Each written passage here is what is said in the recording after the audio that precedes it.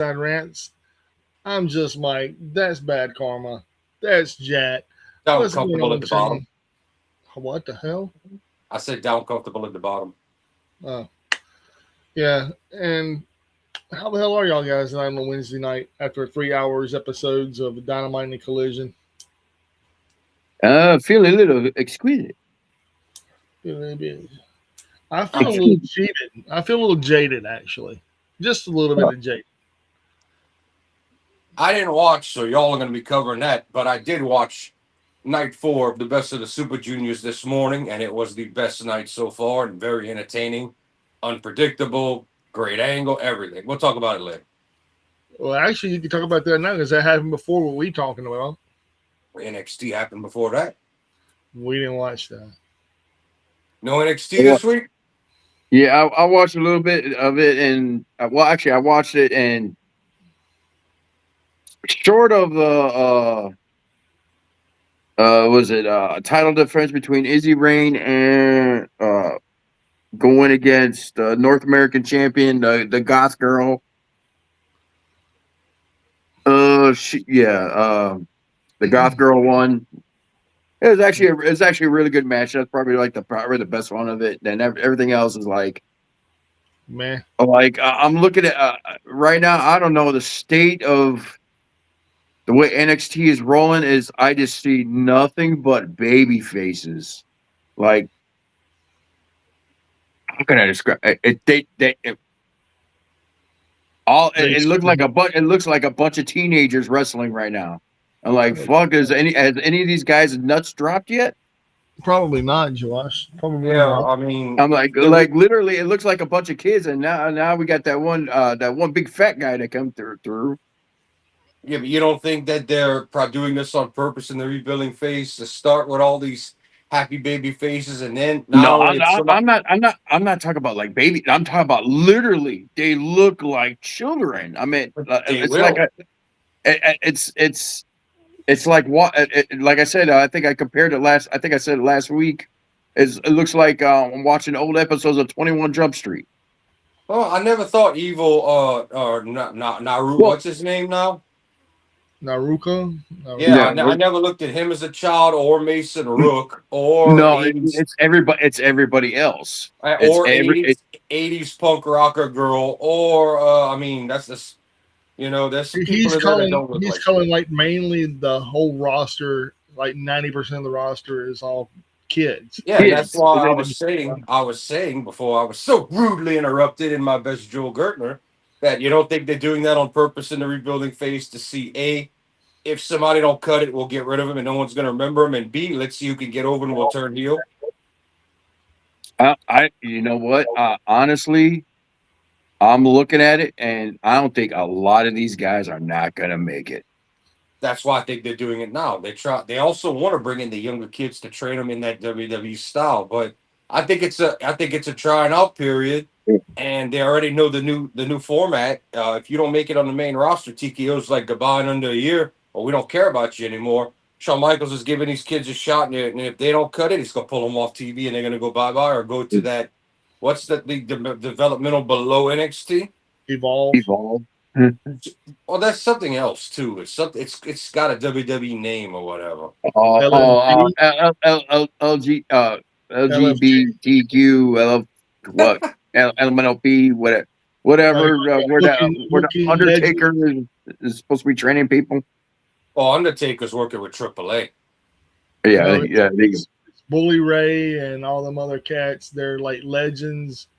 Legends looking for group is what I call it. It's called LFG. I call it looking for group. Yeah. All right. Well, anyway, I mean, I wouldn't be surprised if Bag. let's see. Yeah, I was going to tell you, Josh. I think Monica wants a shout out. Yeah. I think it's a tryout, and if they don't, they're gonna let's see if 2 of these 8 or 9 people can make it. Not Yeah. counting the people I named, like Mason Rook, like Naruka, like Well, punk rock chick, like the other girl in NXT that everybody really likes. Is it so uh, not so Ruka? She's on main roster, but the other girl, the one that they did the Lola, CGI of her and everybody bitch. Zarya. Yeah, I say there's a good handful that's gonna make it. Yeah, but I'm talking about But these babies. You're talking the ones we just named. Their goal is to get to the main roster. The ones you're talking about, I'm saying, I think Shawn Michaels is saying, let's see if two of y'all could even make the cut. That's what I think. yeah, Let's see if two of y'all can stay on NXT without me having to either send y'all away for improvements or saying sorry. You don't have it. Go work on the Indies and try and again in 10 years. I think that if you're gonna do it, now's the time in a rebuilding phase. And we talked about this. What is NXT's main viewer group? Over 49 plus is the weekly viewers that keep NXT afloat. But hear me out for a second. We're talking about NXT, We are. and they don't have anything that draws me to them at all. There's nothing there that makes me want to go, man, I really want to watch this show. I can agree with that 100%. I think that's been a problem since the gold days ended. Yeah, black and gold. Yeah. Yeah. I Now we're in think the so. now we're in the Nickelodeon studio era. Well, you had the crazy colors where Vince tried to take over, which flopped. Then you had the silver era, which was not that great. I mean, now you're where you at now. I don't know if you want to call that 2.0 or 3.0, whatever the hell, but Triple H, when Triple H ran NXT, it's a lot smaller deal. He had complete say so. He could pick and choose. He had different people in there working with him. It's a different animal altogether.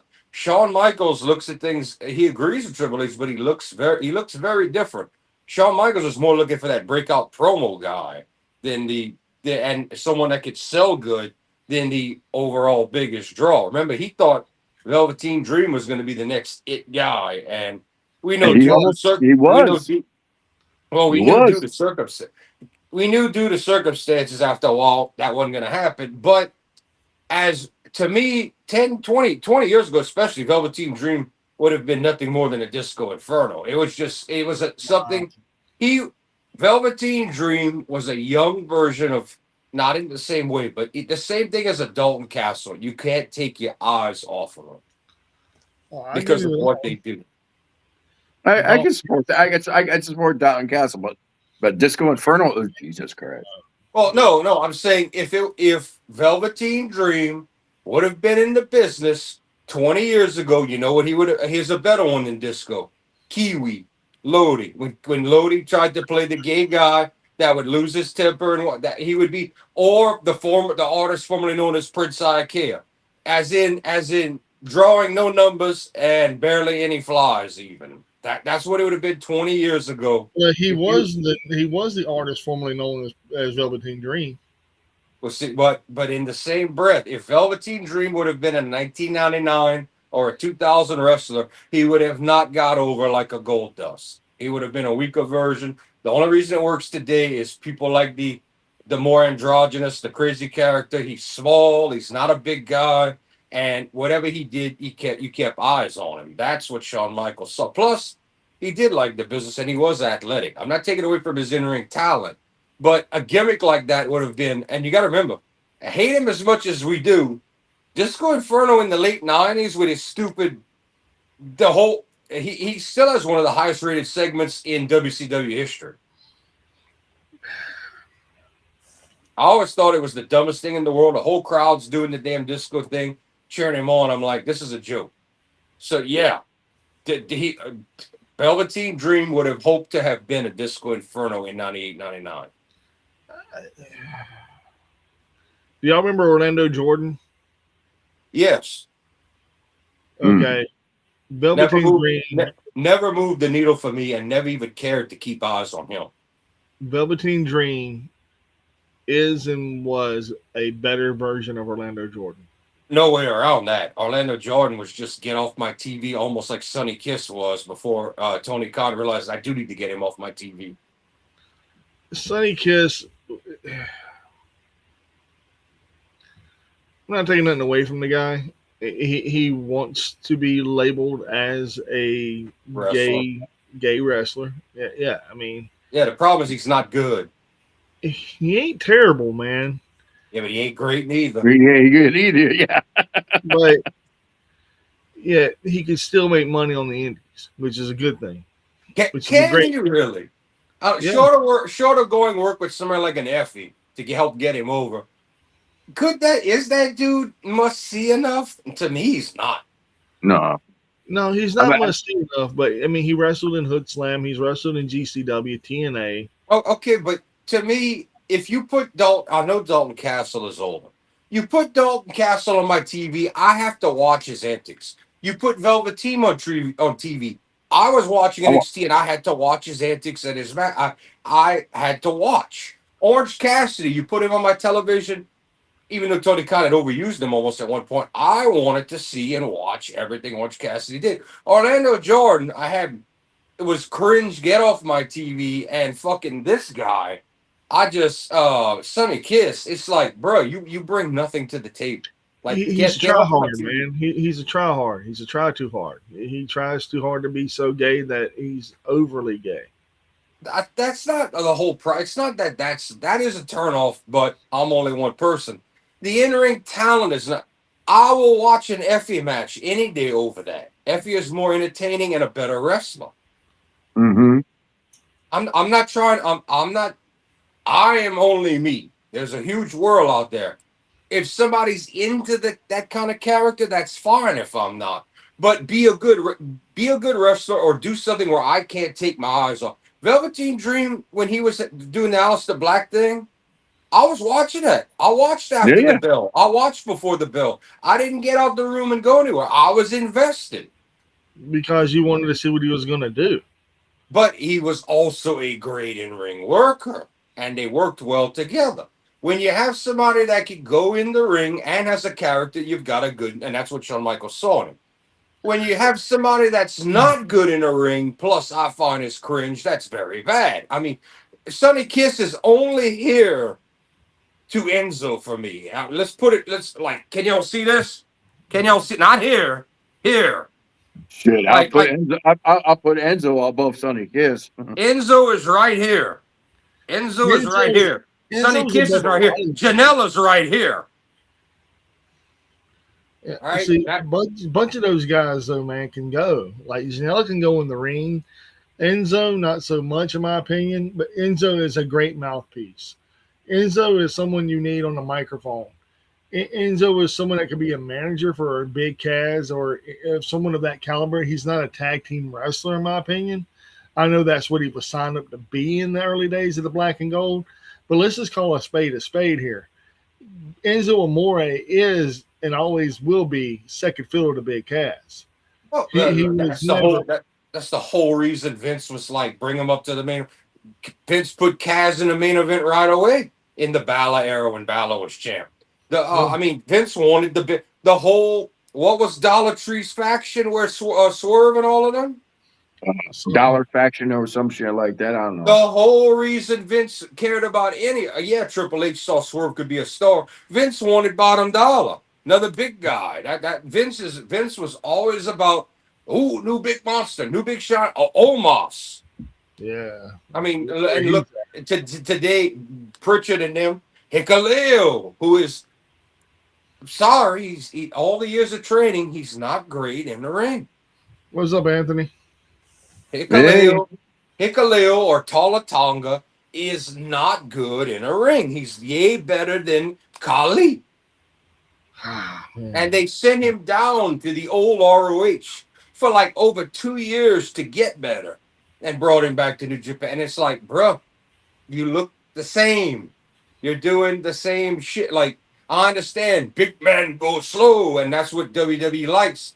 But it's like, bro, you got to be tight. They let the middle Tongan go because he's the weakest. He's doesn't have the size of him, and he's not as good at as his brother Tongaloa. They let him go. And Tongaloa is safe. Don't get me wrong. He's not entertaining. He's on that same Elias, Jinder Mahal, and Miz offense level. He's that same boring ass, generic. generic, boring Davey Boy Smith Chinlock era of wrestling. Davey Boy Smith was not boring, dude. After when he started going down and his health started going down, Davey Boy Smith at the end of his WWF run after Shawn Michaels beat him in over there in Europe, and then he went to WCW, got injured, and he was all on the pills. Davey Boy Smith was bad. I just watched the whole reliving the war every week, show by show comparison. And there's a reason there's a graphic when he would be on TV every time he did a chin lock because he couldn't breathe. It'd be like Davy Boy chin lock #4. Hit Row was the name of the stable that Swerve was a leader of in That's WWE. right. Shit row. It, Shit no, row. it was Swerve wasn't the leader. It was Dollar Bottom Tree, Dollar, Dollar Tree, or whatever his name was. He was Family the Dollar, controlling faction, Family Dollar. and in NXT they were really good. But when they got called up to the main roster, I think right when they got called up to the main roster, the guy we keep calling him Dollar Tree. I keep forgetting his actual name. Bottom dollar. Bottom Dollar, whatever. AJ He France. he got into some trouble and they fired him. Then the girl got into some trouble and they fired her. Yeah, but they rehired her back.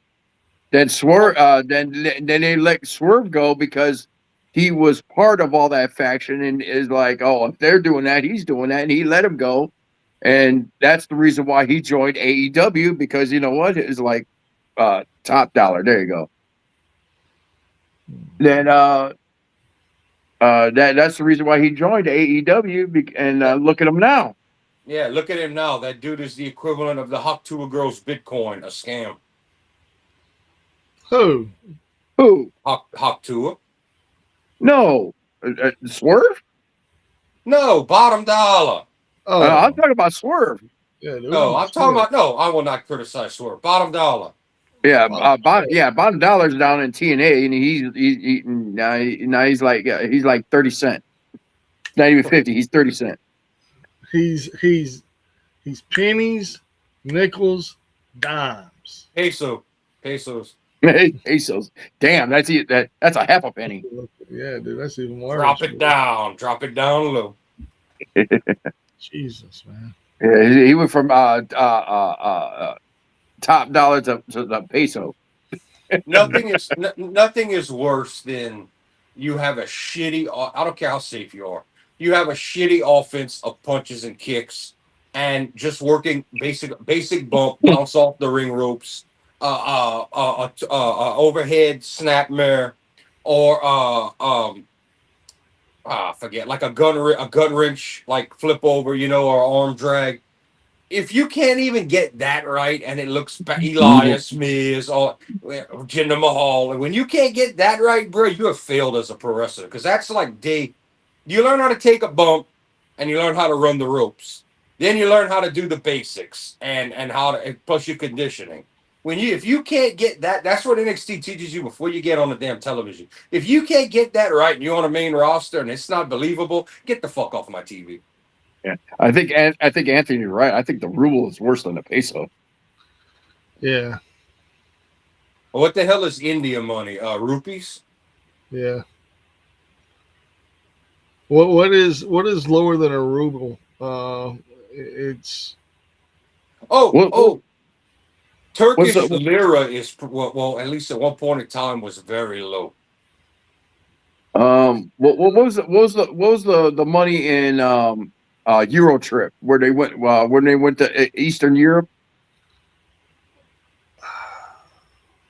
Where the heck did they go?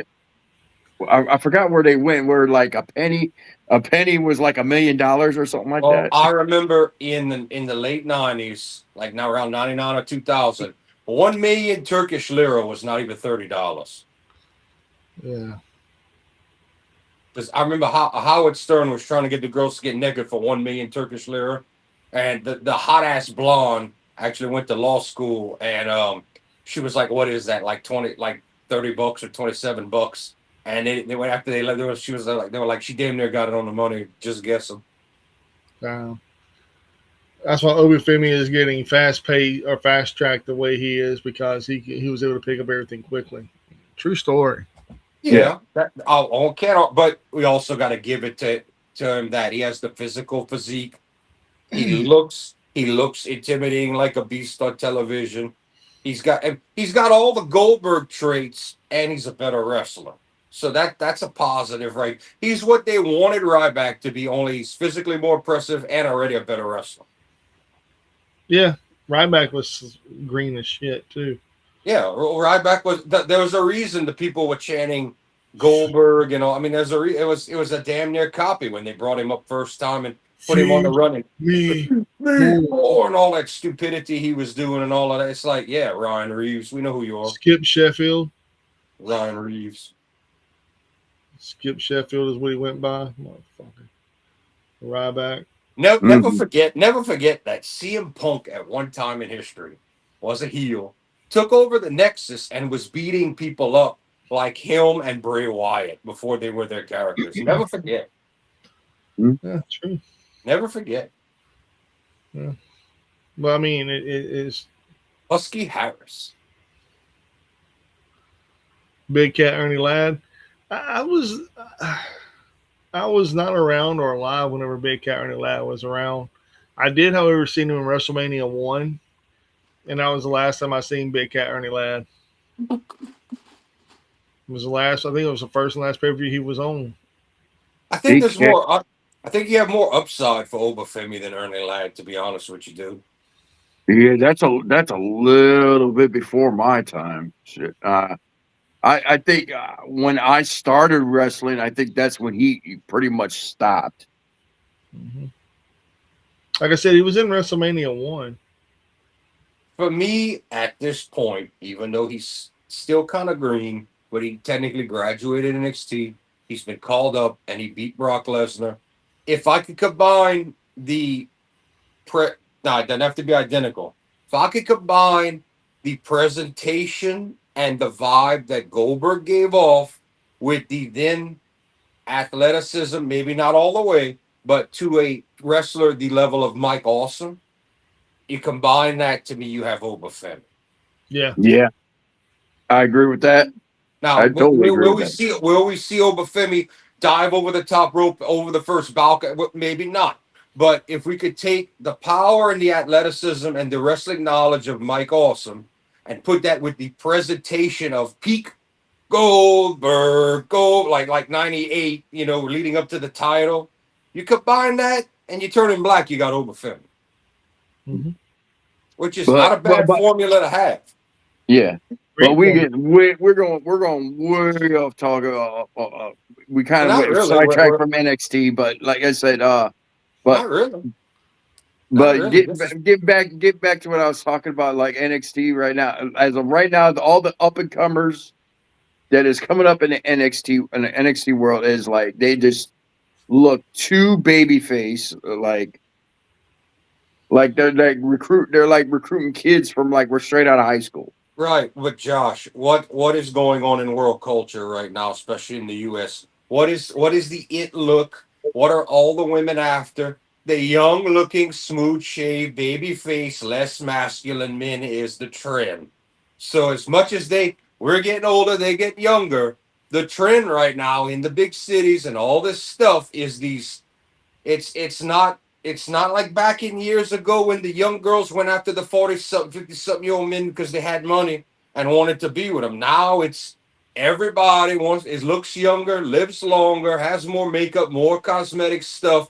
Now it's everybody wants that 23-year-old baby face dude with his shorts jacked up all the way like the 80s, like Tom Selleck with the big bobby socks. That's what we're all back to now, but less manly. And I see them in Lowe's. I see them at Walmart. I see them at McDonald's. And I'm just like, man, we would have clowned the piss out of y'all in the 90s when I was growing up. Man, it was somebody would hit you over the head with a skateboard and said, bitch. Like it was jailhouse life when I was growing up down there. Now it's all, oh, how are you? Hi. And I'm like, man, what woman wants a limp dick like that? But anyway, they obviously do. I mean, if you take into consideration what you just said, bro.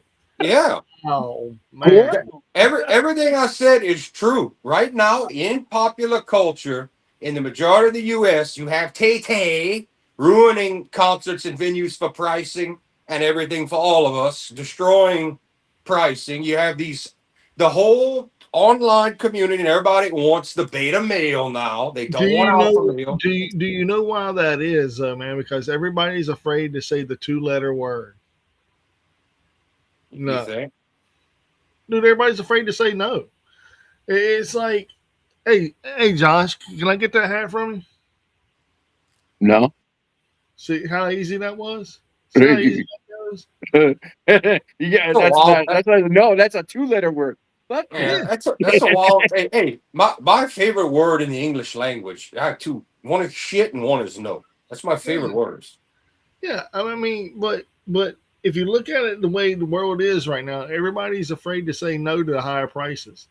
Like gas. Gas is so expensive right now. People are like, okay, I'm taking it. And it just dropped massively. It was a pretty hit a 107 a barrel of oil. It just dropped down to under $100.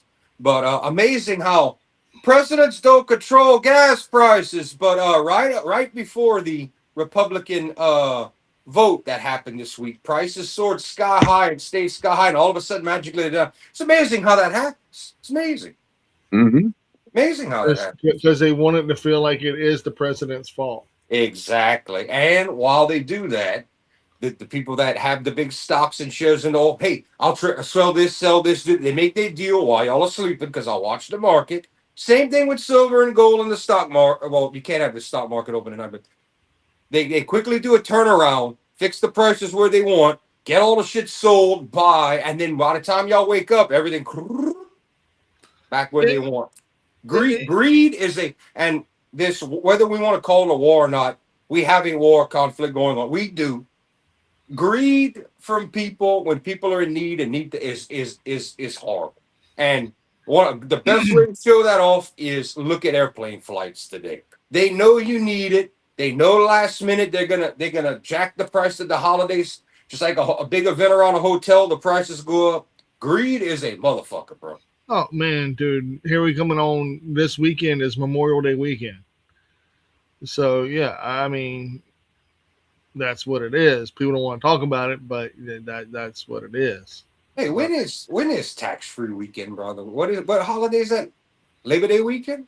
yeah, Labor Day weekend. That's over in like what, September, some shit. Yeah, last weekend of September. You know what? I think I'm gonna get myself a new either TCL or Hisense 4K television at that weekend. Don't do yourself terrible.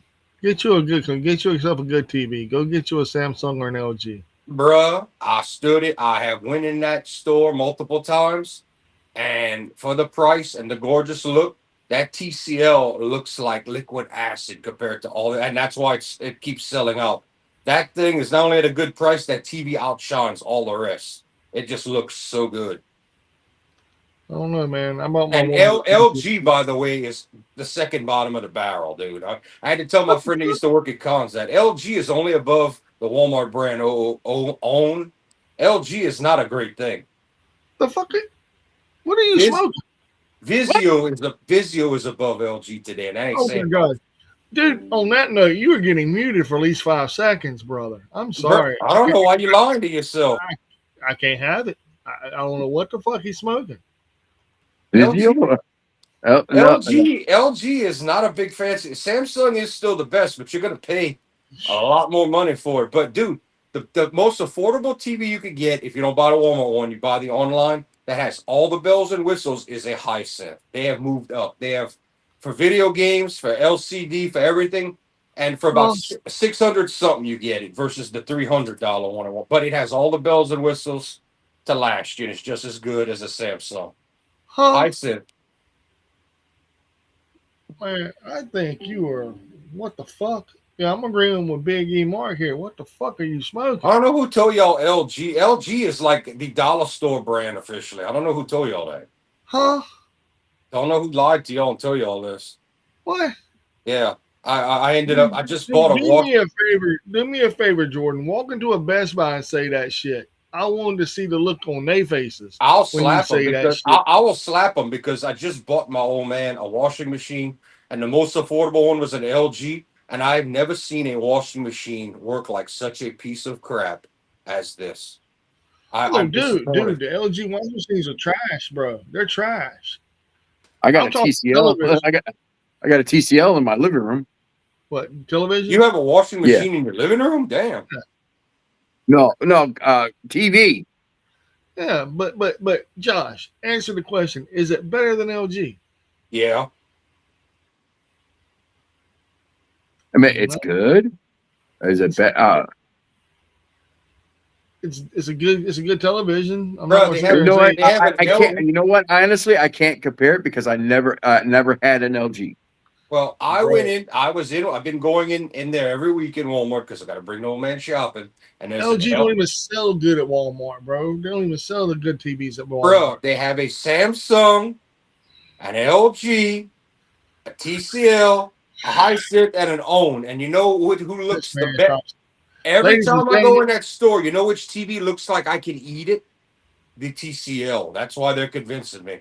The 65-inch and the 85-inch TCL looks like the colors are coming off the screen to eat me. man, do me a huge favor. Go to Best Buy. Oh, Just I'll go in slap it. there. I'll No, no, slap no, no, no, no, don't go in there and slap nobody, man. Just hear me out. Go in there and ask them what are the two best TVs They're on gonna the sell market. who they gotta deal with.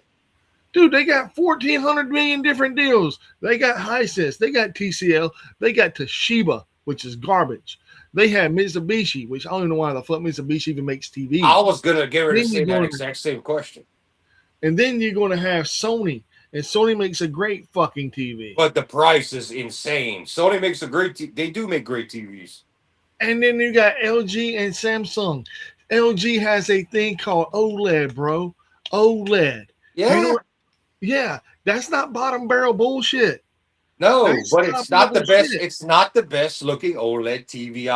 I've seen 3 or 4 better. Dude, Hisense and TCL don't even make an OLED.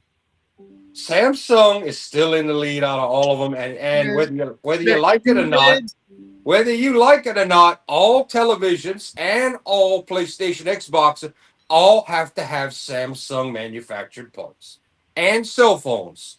All of them have to have at least one component from Samsung because they are the main. So technically, you have a piece of Samsung in all. It doesn't matter if you have iPhone or Droid. You have a piece of Samsung technology in your device. yeah, because of the chips. Anthony, I know that Walmart's models don't have. That's why I said that the Hisense you could get online right now is the Thank best you. Thank best you, TV Andrew. with all the bells and whistles for the price. Outdoor brand, Hisense, TCL, outdoor. That's where I'm going with. Now, inside, LG, Samsung, Sony. LG ain't on the level of Samsung Oh, and dude, Sony, bro. Jesus. Dude, LG is the LG is the discount brand. That's why they're called Life's Good. dude. They are the best choice. Show fine, nature's choice. They are that local stores $1.50 off. That is why Look, it's called look. LG.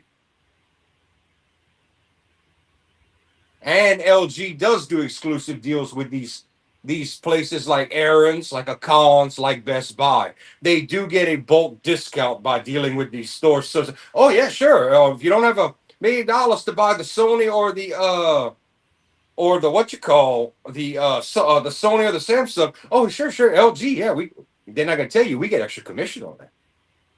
All right. So, Hold all on. right. We're Before getting. we go, Josh, before we go, I got to end this, and I'm going to end this good.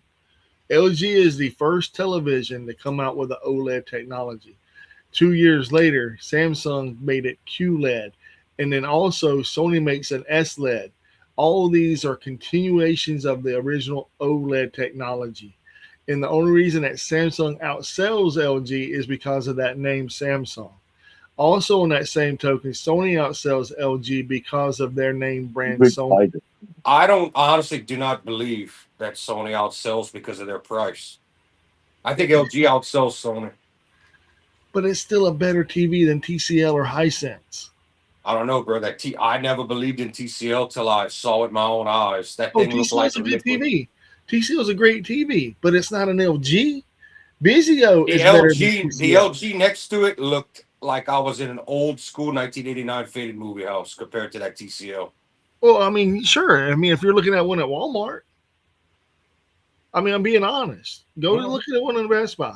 Go just walk in Best Buy and go look. I You're bought gonna my dri- last television. you're gonna come drive over here and bring me to Best Buy minimum of an hour away one way. dude, believe it or not, it's worth the ride.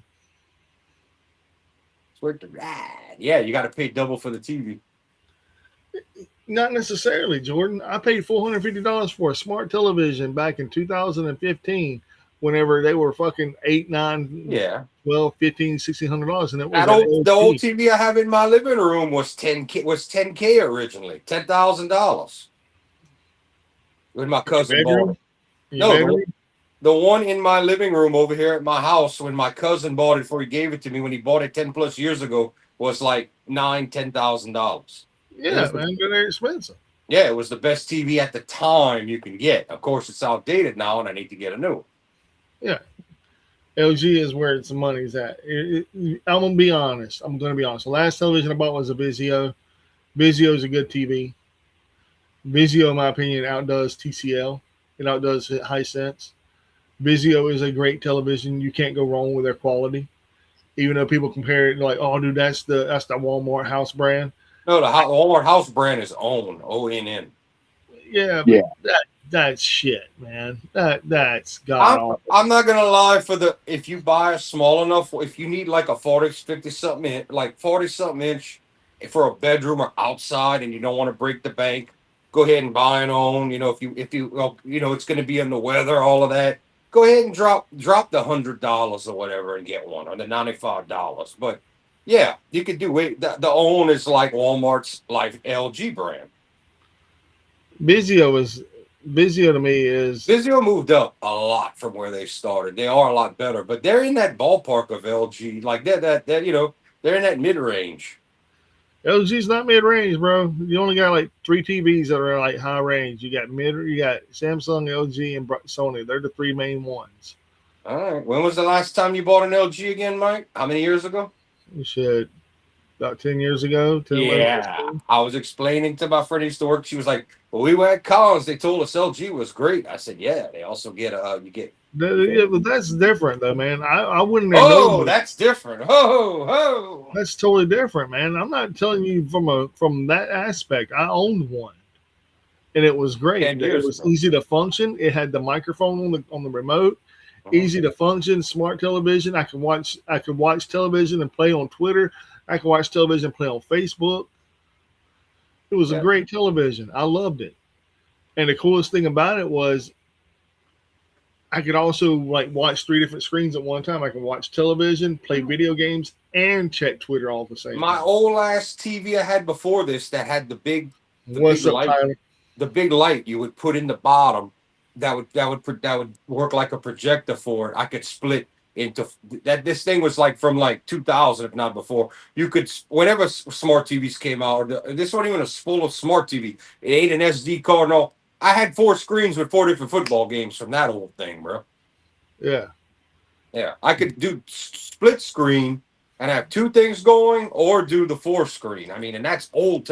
Whenever flat screens, and it wasn't even a true flat screen. It was like the worst technology that ever came out was 3D technology. I'm glad plasma's over, because all that did was you left your TV on, you burn the words into your shit. I'm glad plasma's over. You don't know how many times I see plasma TVs at a fucking thrift store. I'm glad it's over. I'm glad that OLED and even good LCD is great for video games. I know OLED and all has stepped up. OLED, you can tap with your finger and it don't leave fingerprints. I am so glad that the plasma fad is over. I was never a fan of the plasma fad. My buddy had one, and he had one, and we call him Big Stop. And another pointless way to get your money that everybody says blows ass and doesn't really do nothing fancy. The curved TVs. That's such a gimmick. Such a fucking gimmick. Everybody that had a big enough room that bought large ones, they're like, it really doesn't do anything. They're like, everybody's going back to flat. It's like the curve shit was a gimmick. But hey, this is Miscellaneous Wednesday, and this is why we're here. And we got about a nice 40 minutes talking about random miscellaneous and NXT. So as far as I'm concerned, we're doing good. We went from NXT to talk about TVs. And Josh was looking it up on his cell phone, y'all.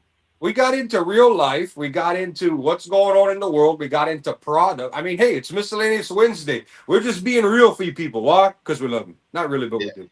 But Yeah, but as well, here we're done with TVs. We're done with TV. That's why I wrapped it up because you Yeah. almost killed us at the end of the NXT segment, and we weren't even 15 minutes in, Josh. So, right now we got some breaking news. Apparently, Ludwig Kaiser got arrested for battery. We'll get into the details of that Friday for the news. Well, Well, you know what I'm that not going to be means. available for Friday, so we're talking about it now. Ah, you're not So going you to know, be here. so you know what that means? The hair versus hair match. Chad Gable's gonna win. I don't.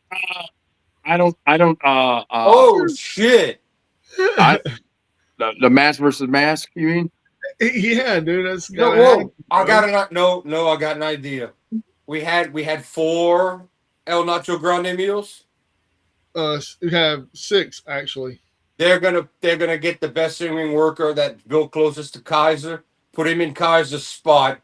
That way they could still beat Chad Gable and take the mask off of him and cover for Kaiser. Unless, well, if Kaiser got arrested for battery, that's a bit Dude, that's Indy. like domestic violence, bro. That's like Wait. Well, Well, wait. it's from what I'm reading, it's not against a woman. It's I guess some old man got in his face. Still, deal. the question is, does TKO give as much of a shit as Titan Sports and Vince did, and that regime, or whoever you want to say was in charge at that time about abuse, domestic abuse, violence, battery? So does TKO give a shit? That's the first Yeah. thing. Country, your roll tide's getting ready to go down the toilet. We just got Coach O as he's going to be not only recruiting, but he's going to be a defensive aid and assistant, shaking hands with Lane Kiffin. Y'all are in dynasty coming. Roll Tide down the toilet bowl with no saving to save y'all. All in trouble. I did hear something about that, Jordan, about that coach. The other thing I heard was an April Fool's joke. April's way it's way over now. Yeah. Coach O. I've got Coach O shaking hands with Lane Kiffin. I think I sent it to y'all in the chat. This is official. Okay. So we got money to burn. We got money to burn. We got Kevin, who's going to fight and take everybody out the portal, all the top people. And we got Coach O, the best recruiter in the business, especially with Saban gone, and on the damn defense, which is what he excels at. Not have to worry about nothing else. Give it those 3 years for us to get everything together. Nah. Everybody else in college football, get the fuck. All right. Yeah, Tyler, the other guys that work with Kaiser are not the same size. So yeah. So why are you upset, Tyler? Talk to us. Well, they're gonna pick the best guy that can work and say fuck it then, or they'll come up with some kind of way. If they're gonna keep Kaiser in the company, they're not gonna axe the angle, or they're gonna go with another El Nacho Grande meal if they want to keep the story. Yeah, if he just got into an altercation with another guy, and like okay, that's one thing. That's one thing. He just got that's just an altercation with another guy. Now, if it was they say battery, I'm like, it's like that's immediately what I was like, did he beat up his girlfriend? I'm like, shit, that was a hot ass Mexican woman he was with, but no, from the reports I'm seeing is him and another guy got into an altercation. So I could see some after the match versus match, he pays some fines. He's gonna be off TV for a while, then he'll come back, and everybody be like, "Ole, ole." Yeah, country. Kevin just created and managed the best SEC team of last season, and the minute he stepped away in their chance to go for the title, they lost. So yeah, and he's going to have all the money and resources. I explained this the other day. College football is changing, like it or not. It's becoming a money game. Kevin knows he's willing to get in there and get dirty and break the portal, take who he needs to, and LSU's going to give him all the money to do it. It's going to become it's becoming the F1 of sports. College is going to come down to who's got more money to take the better people. Get ready. Oh, Y'all don't have Nick Saban. It's roll down the toilet bowl. All right. So another breaking news: Tyler says the Chiefs Rasheed Ri- Rice served 30 days in jail. He should serve in jail forever. Um, what did he Oh, do exactly, Tyler? yeah. Yeah, you got to fill us in. Right back. We're not Chiefs fans. Yeah, we're not. We don't know about no Chiefs. We don't know about no Chiefs. I know Kansas has The only chief. tornadoes. Yeah, the only chief I know is Chief Jay Strongbow. That's I it. was gonna, I'll get ready to throw that in there right now. That man gave one of the best pieces of advice in history. Chief J. Strongbow. He grabbed Scott Hall one time. I don't know what Scott asked him, but he sat Scott down, and Scott told his story solo. Scott said, Chief J. He said, there's two things you can do in this business. You can make friends, or you can make money. And that was Hall's reasoning for going to WCW. He says, well, I already got friends. I think I'll take the money. Yep. Okay. Anthony says I have a lot of LSU fans around me, and they're saying that this kitten Kevin. experiment, Kefton, my bad. Yeah, I just had a cat walk past me. That's why I said kitten. That this Kevin experiment is gonna be a disaster. Ooh. Well, then I would love to hang out with your people, and I would tell them they're awesome because everybody thought that Kelly was going to be amazing, and he blew ass. So by that logic, Kevin should be a god. Oh, apparently he's going to jail for drugs. That's nothing new. Yeah. Man, All you got to do is be able to buy the best talent now, make them all learn how to work together, get all your position, all your offensive, defensive, special teams right. And with Coach O only having to handle defense, which is he excels at since the first day he ever was a coach, way before LSU, and he's going to be on the recruiting team. There is no better. I mean, that's why we won the damn championship.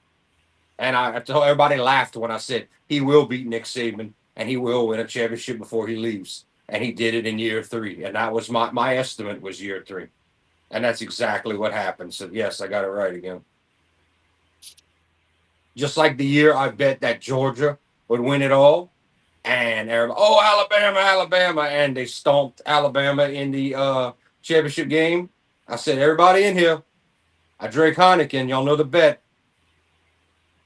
I said, don't tell me. I said, before game 1 of the season, I told y'all who was going to win this year. Of that year of that season. So, Jordan, what are your thoughts on Will Ospreay turning heel tonight on Dynamite? Did he turn heel? Well, we didn't get there yet because we still have to. The guys still have to talk about the entire show. But now it's about that time.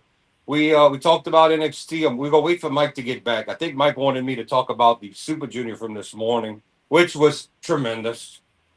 Storytelling, antics, action, things I've never seen before in pro wrestling, funny angles, weapons, you name it. Take a wrestler home, people get thrown into crowds, fans having to run, announcers getting involved, commentary getting involved, everything you could think of happened. Here's one for you. I've never seen in Japan, they have the turnbuckle pads that you tie around. It's the long turnbuckle pad like kickboxing, and you tie to each turnbuckle. Then it's not the individual pads. I've never seen a man on the outside of the ring around the post get his arm tied by the straps over the pad, and a man come and run into the corner and damage his arm like that, where he's so tight into there he can't even back away from the post. I've never seen that before. I've never seen that before. I've never seen there was an angle where Show decided to he was mad at Yo. They have a history because they used to be tag partners. He took a pack of blackberries and he started chewing on them, and he's acting like he's busted in the mouth trying to get the ref to check him out. And he's on the outside and the ref's trying to see. All of a sudden he holds up the pack of blackberries and he looks and he goes and he's smiling like, look, I did this. The ref takes that and goes to put that away. Your boy right there grabs the bell hammer and hits him right over the head of his opponent. It's like brilliant. Fucking brilliant. He had brought in the wrench later in the match. Yo, they're all fighting back and forth. The ref turns to yell at Show. Yo throws the wrench on the mat, makes a big pile, and he hits the mat, Eddie Guerrero style, and he's out. And Show gets disqualified, suffering his first loss in the G1, which means now there's only one man undefeated with 8 points. And they brought out the stretcher for Show. I mean for Yo. They brought out the damn stretcher. He stayed laid out. They put him on the stretcher. He's face first on the stretcher. Everyone's laughing. They start hauling him out, the young lions. He turns sideways and he poses and he's all smiling and laughing. And your boy's just pissed, cursing up a storm, yelling at the ref because he always cheats. For once, he didn't cheat, and he got screwed over by Banana Man. So they're all kind of shit. Like, I mean, a tremendous main event with Robbie X is so over. Robbie X versus Vegeta was a 5-star match. This was acrobatic. This was hard hitting. The crowd, when the crowd's going to chant for a guy who's not from Japan and scream for him over the Japanese guy from the bell to bell. I mean, when you're doing all of these moves, this was Robbie X moves like Will Ospreay. It's insane. And the whole story was they fought already last year, and Fujita lost to Robbie X. So you going in this thinking Fujita's going to win? No. Robbie X wins clean, gets on the mic. The people are screaming his name. He says he loves Japan, wrestling in Japan. And he tells him, he says, hey, I beat you last year. I beat you this year. There's always next year. And Vegeta's all like, I don't want to hear it. So, yeah, just shit like that. We had an angle where I can't say his name because he's not a New Japan guy. He's from either Noah or Independent, but it's the one we call Phil's doppelganger. He fought, and he has some age on him. He fought Ishimori, who also has age on him. And believe it or not, these two guys never fought all these years, all the companies, the path they went, never fought each other. They had an angle where they got out they outdid Ring of Honor on this one. They got out the ring and he threw the guy. The guy was trying to get the approval from one of the DDT commentator because they had a commentator from DDT out there. He wouldn't give him the thumbs up. Ishimori throws him out of the ring, and he flies over the barricade into the DDT announcer and knocks him down. He goes out the ring and tries to help him up. And I don't know why he's trying to get the approval of this guy. Well, then Ishimori comes around the other side of the table. He grabs the announcer, and he's using him like a weapon, like Savage and Elizabeth, or like that. Well, Ishimori grabs Milano Collection 18. He's like, I got one too. And the crowd are just eating this shit up. And then the ref comes over, and he's like, what the hell? Marty's like, what the fuck's going on? Your Ishimori, the other guy puts his chair down and sits your boy down like, it's okay. Then Ishimori sits Milano down and walks around the table. All of a sudden, chair to the face, right to Ishimori's face from behind commentary. I mean, freaking insane. There was the Show and Yo match. Marty was the ref. He throws the leg to Marty, catches the leg. He throws it back. Marty catches the leg of the other guy. They reverse 4 times. All of a sudden, he goes to pick him up in Huracan Rana. Marty happens to jump into the Huracan Rana. The referee, Marty, reverses the Huracan Rana on Show. Then he gets up. He's like, what the hell? And the whole crowd is just going nuts. They are going absolutely apeshit. Yeah. That's just... It was a good show, and it's just getting better. I mean, it's like ECW rules. There's chairs, there's wrenches, there's weapons, and they don't stop them. There are no barricades for this show. They start to throw you into the crowd. The young lions and the guy on the mics get out the way. Like 20, 30 people run like ants, and they fly 5, 6, 7 rows into the crowd, all the way to the bleachers, sliding on the chairs. Non-stop last night. Now, I said, those people got to be tired of keep getting up and down. I said they gotta be tired. Over 2 hours of get up, sit down. They gotta grab the umbrella, their purse, whatever the ladies all that. Just throwing them all over. It was a good show. It was a good show. Very good. And that's only the 4th show. We still have let me think. There's a light tube in my chicken, man. Yeah, the only thing we didn't get, we had Jun Kasai. It was fought on this night. The only thing we did not have, and we had blood too, but the only thing we did not have was light tubes, pretty much. But we had chairs where people trying to cripple people. We got referee angles. We got announcer angles. We've got commentary. We've got a gurney brought out. We've got the guy who thinks he's the guy from Dragon's Gate, who identifies as a leopard. I mean, it's just yeah, unpredictable, fun, a good time. All the junior roster, no heavyweights, no Hanma Mike. The heavyweights are all resting and getting better. I mean, it just a fresh lineup, a good show, not the same boring talent every week. I mean, just awesome. And we only have one man undefeated, and Titan.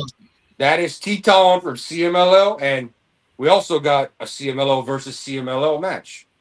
It was a Valiente Jr., who we thought got injured the third night. He went down, he did like a backflip to Taguchi, which was going to land like a reverse atomic drop to the tailbone. And he grabbed his leg immediately and they called for the bell. He got a hematoma behind the leg, huge. They drained it, they bled it out, and he was back in action. So yeah, we even got a CMLL match in the middle of all of this. But we Nick Wayne, we got him. He represents AEW. We've got your boy from DDT. We've got the leopard dude from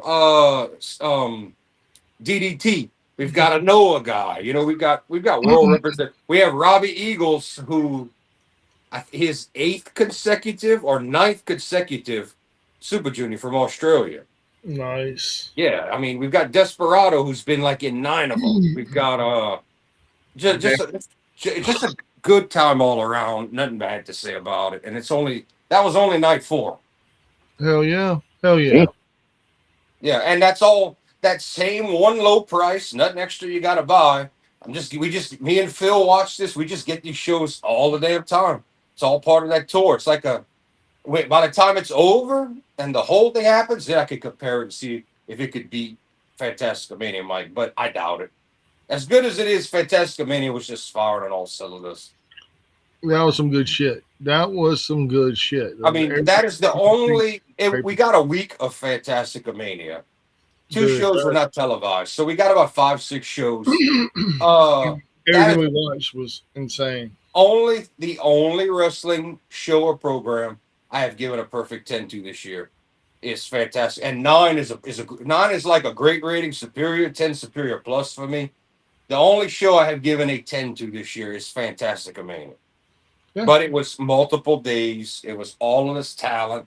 It was a big love fest after the end. We got. I mean, that's gonna be hard to live up to. I don't know if anything's gonna beat that this year, but we're gonna see with this Super Juniors. I mean, is it all the biggest names? No, but it neither was CMLO. Just good shit.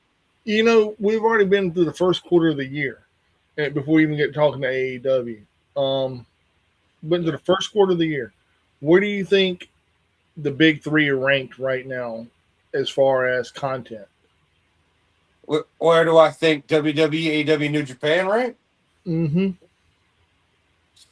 I find WWE entertainment wise is on down. The Bloodline story is not as fresh and as exciting as it was in its heyday. Sammy era, Paul Heyman. Yeah, I mean Gunther's thing is running. I like Gunther, but you can only run that course until people we're tired of it. We're sick of it. We don't like it. Brock coming back going. The Brock and Oba thing is one of the things keeping them going, and there's barely any talking there. When you have larger than life presentations that can get in and do 2 moves and sell you, you got a winner. Punk is off TV right now after his loss, recovering, resting. I mean, Reigns is back, but how often? He's still part-time. What the hell's Rollins going to do? We really haven't seen Braun Breaker and Rollins really get into it like we want. I mean, I never liked them wrestling-wise. I just don't like the WWE style. But creative-wise, they're not in their best year. AEW, better wrestling easily than WWE because of all the talent they have from all over the world that they've taken.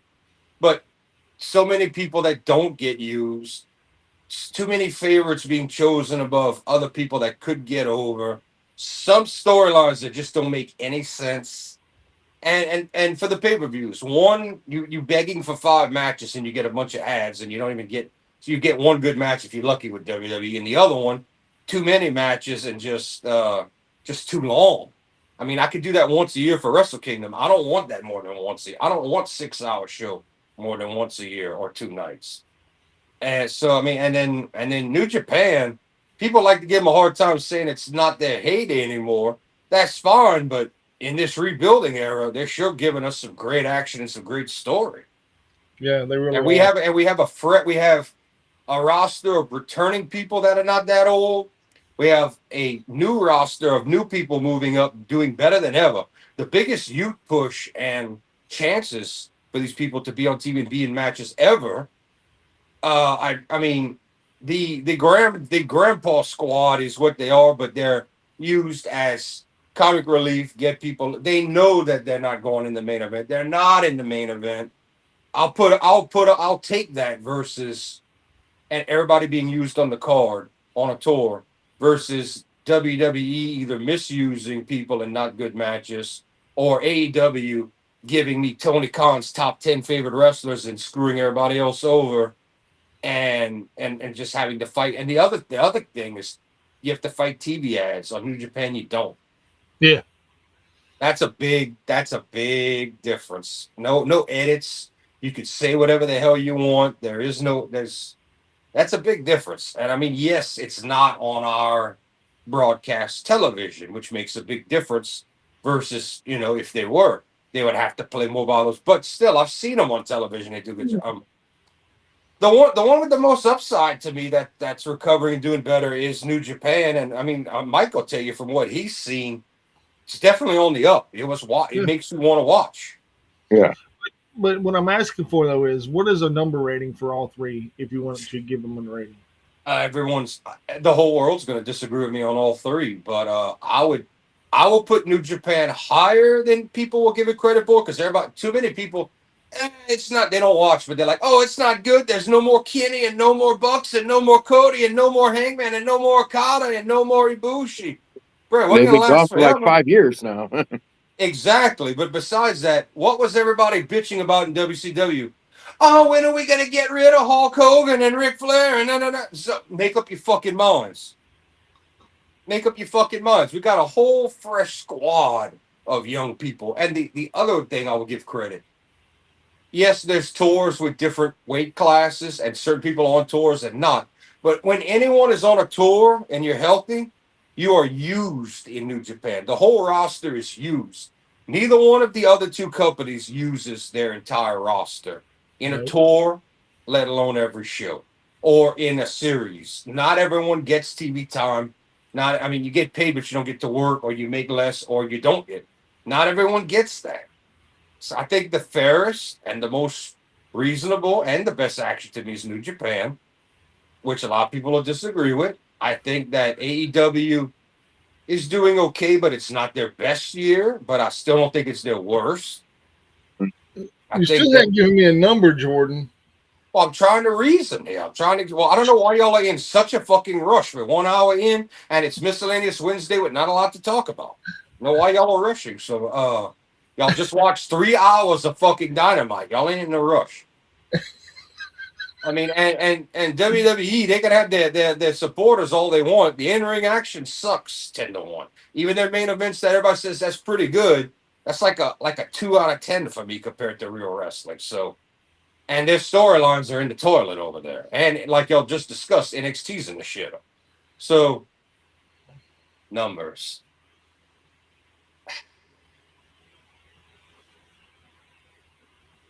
No, I mean, I'd rather wait till Dominion in the 6 month mark of the year. But if I had to, I would give New Japan a 7 at the low end and 8 at the highest. I will give AEW a 6 at the lowest, 7 at the highest, and WWE gets a fucking 3 or lower. Yeah, fuck them. Wowee. All Yeah. right, there we go. What about you, Josh? What do you give the three big ones?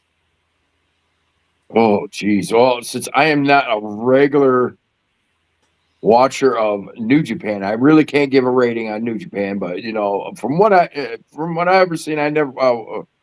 My only complaint about New Japan, Language barrier. not the language barrier, because they do got English commentary when they do got it. They Yeah, we had translator last night for I mean, Chris does all the translating. They talk in Japanese. He tells you everything on the headset. Yeah. My only complaint about New Japan to this day is that the presentation. I mean, it looks like they ripped the set off of ECW. Well, I said about a month ago, I wish you'd have been watching because the presentation was big and elaborate, scaffolding, screen, and the Stardom show, the Queendom show, made Wrestle Kingdom's presentation with Tanahashi look poor. That's Yeah. how the Stardom shit looked like World They're, War Three. well, they're finally catching up and everything, but from what I was when I went, like I said, when I went to That U.S. shows to are the broken down, dude. yeah, U.S. well, yeah, it was way U.S. broken down. I mean, all they had, all they had was a curtain and two smoke machines. Yeah, that's because New Japan can't drive their 18 wheelers over here to America, and they're not going to Well, they hire can a crew rent for that. something. Why waste that money when you already have to hire a crew to film the show because you don't have an American crew? That's a lot of money to go live and film, dude. That's a lot of money. You got to cut expenses when you can. So Oh, I don't they were expect the live. opening night. I don't expect the opening night of G1 to be very fancy on the stage wise either. Yeah, it's like they were live. They were on. It was a pay-per-view event because yeah. It was that You small mean- pay per view you you went to mean- though. When it Windy Riot? Yeah, that's like the Windy City smallest, Riot, most yeah. that is the smallest, most broke down pay per view show you can watch from New Japan. It's not even an all the time annual thing. It's not. That is the and even the talent on the card barely represents New Japan. They bring a few stars in. It's people from the U.S. So I mean, you can't. Windy City Riot was like a strong for the strong show, which was free every Friday. You know, that's Windy City Riot was not going to have a big production budget. Shit, they had the big wrestlers, man. I saw Boat They had Nolan? new. Who they had? what was it? Guy Never that heard got of him. just retired. What's his name that retired? Tanahashi? Tanahashi going against. Uh, oh my God, the guy from AEW. There we Osprey? go. No, the other Japanese guy, Takeshi. Takeshita. There you go. Yeah, he would against Takeshita. I got to see that match. Which sadly Tana was broken down by that point. Yeah, you could tell. You could tell, but still, it was a great. It's actually even though you could tell he was broken down, he did put on a performance. When you have a pro like that, like a John Cena that can sell and make you believe, and you have a talent the level of Takeshita that knows how to work this business, you can make magic. It's just like The Rock and Hogan with that storytelling at that Mania in Canada. You don't have to have the best technical match when you know how to capture the people. Continue, Josh. What else I saying? Yeah, that's only. But that's only my. But what I was getting to is that the presentation of shows that I've seen of New Japan, and is like, this looks like the setup of ECW, but Jordan said they're getting better, so I'm like, okay, I'll take the word for that. Depends. It depends on if they're in Japan and how big the building is. The bigger the building and the setup, the more elaborate. They will have the long New Japan banners. They will have the metal scaffolding. They will have the big screen over the entrance. They'll have it depends. I mean, a Wrestle Kingdom is always going to be their biggest production. It's going to look like a damn halftime show like on crack. And like I just said, Stardom's big one put that to shame. Those two women came out for that Mania. Not only did the stage setup look gorgeous and look better than Mania this year, but when those two women came out, you thought you was watching some kind of live anime Dragon Ball Z fireworks explosion, a fire itself, lights, music, and the presentation was insane walking out. But that's Stardom, but still, and Stardom can be in a gym with no banner, no nothing to walk out, and no English. But it just depends on your building and where you at. Just with 50 creepy old men. Actually, yes, you will see that in a very small. That is a small Stardom, like one step above a gymnasium, about 50 to 100 people in a crowd with no English. But then you can go to a Tokyo Dome and Bam. Yeah. But But anyway, well, for New Japan, I give like I give it a bit. I give it a good solid 7. I was gonna say it better be 7 or higher. I say it gets 7. AEW, like I said, but the only thing that that kills AEW is that just the lack. Well, I would say lack of story. They've actually started to improve on that as of recently. So I'll put them in this. It's like always. It's like how Jordan says. Always the wrestling is great on there. It's just a lack of story, but as of right now, they've been improving on that. So I'll give that a solid 7 as well. Six, So 7. That's very reasonable. uh, now WWE is what kills. God, I wish they would fix this on Netflix. Is like if you're gonna do commercials, do the side to side. That's Show that the he's got a great he's got a great point there. show the action on it. It's like stop cutting in on the wrestling. It's like, oh, we got to show our 5 minutes of commercials, then we go back to the action. I'm like, go side to right. side. You know why, right, Josh? I'm not gonna try to cut you off, but you know why? Why? When you go picture in picture, you damn near cut your ad revenue in half because they're not getting the full screen experience. So Tony, technically, when he goes picture in picture, he is losing some of his ad revenue, but he's still giving you the action to keep you. So that is good. I like it. Netflix has them a guaranteed multi-million-dollar contract, but how do you think Netflix makes their money and gets paid, Mike? Exactly. So they're gonna cut to the commercial. You're paying for. I hate that you're paying for a streaming service and it's a live show and they go. That I hate WWE for that. But Netflix is gonna show you that whole picture of those commercials because that's where they're making their millions. That is exact, and that's the same thing SmackDown does on network television, and that network that shows Smack USA makes their money, and WWE makes. That's why they make $1 million plus every hour off of those damn fucking commercials. But it Yeah, does suck that you yeah, buy a streaming service and you but got to when they watch commercials. but when they do SmackDown, they got that side to side. Then they're taking a hit like Tony as well. They're like, hey, let's keep the action going. We'll charge them less for the advert, or we'll make less money on the advert because it's not full picture. That's actually how that's graded and rated. Other than that, that's been the biggest gripe. That's a Story good wise, point, though. I never had a problem with Well, it's like some of the stories are starting to die down. Nobody cares. It's like how George said, nobody cares about the bloodline anymore.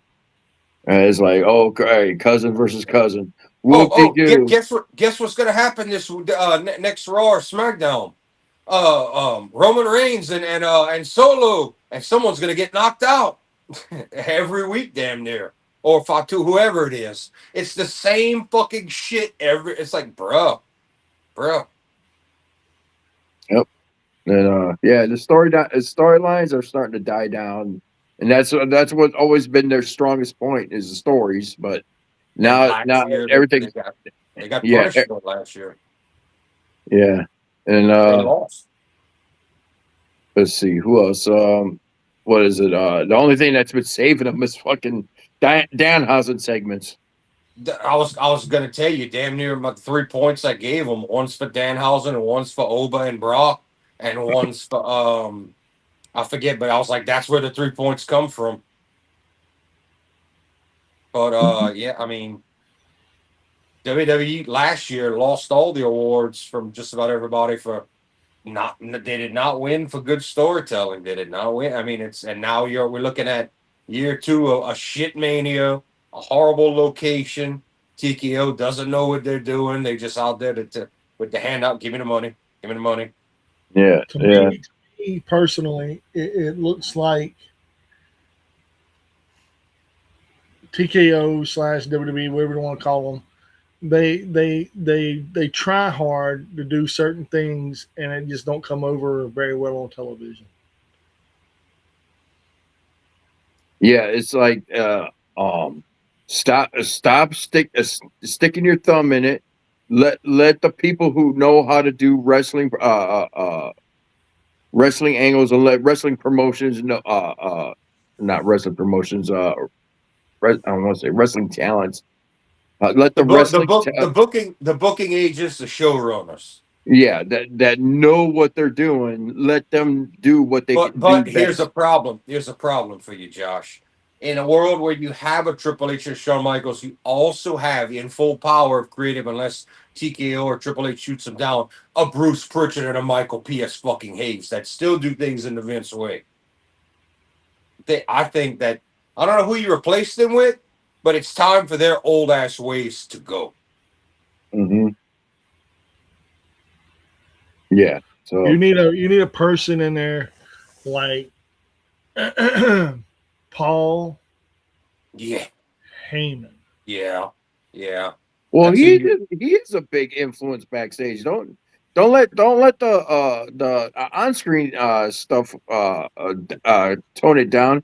He is a big influence on the backstage. Actually, he's only really in the stuff he's involved in. The rest, he's like he's really in real life. I'm just an advocate, but like the bloodline, I'm telling y'all, it may come. I don't think Paul will ever say it while Vince is alive, but I can promise you that Vince was so sick and tired of not being able to get Reigns over that he called Paul in his office. He says, "Paul, I don't care what you got to do. Get Reigns and this bloodline shit over. Get it over. And I'll give you an XX bonus." I can almost guarantee. And then all of a sudden, we heard Paul was all involved in the creative of the bloodline, and it got over. I totally believe that he did that. I totally do. I absolutely believe he did, and I believe he got some kind of bonus for it. But I believe he was successful in getting Reigns finally over post cancer announcement and the bloodline. I totally 100% say Paul Heyman did that shit and made it work. Dude, he saved WWE from bankruptcy. Yeah.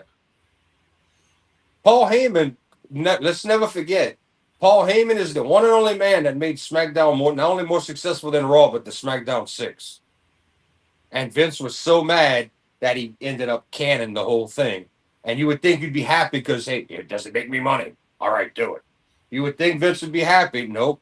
But yeah, never. Paul Heyman was not rehired because Brock was brought back. Not at all. That was another excuse to get him on TV. The whole point was in 2010, TNA reached out and they had an agreement that Paul Heyman was going to become the head of creative. And I actually said, look the fuck out. No, I said 2010. I'm sorry. I don't believe that's true.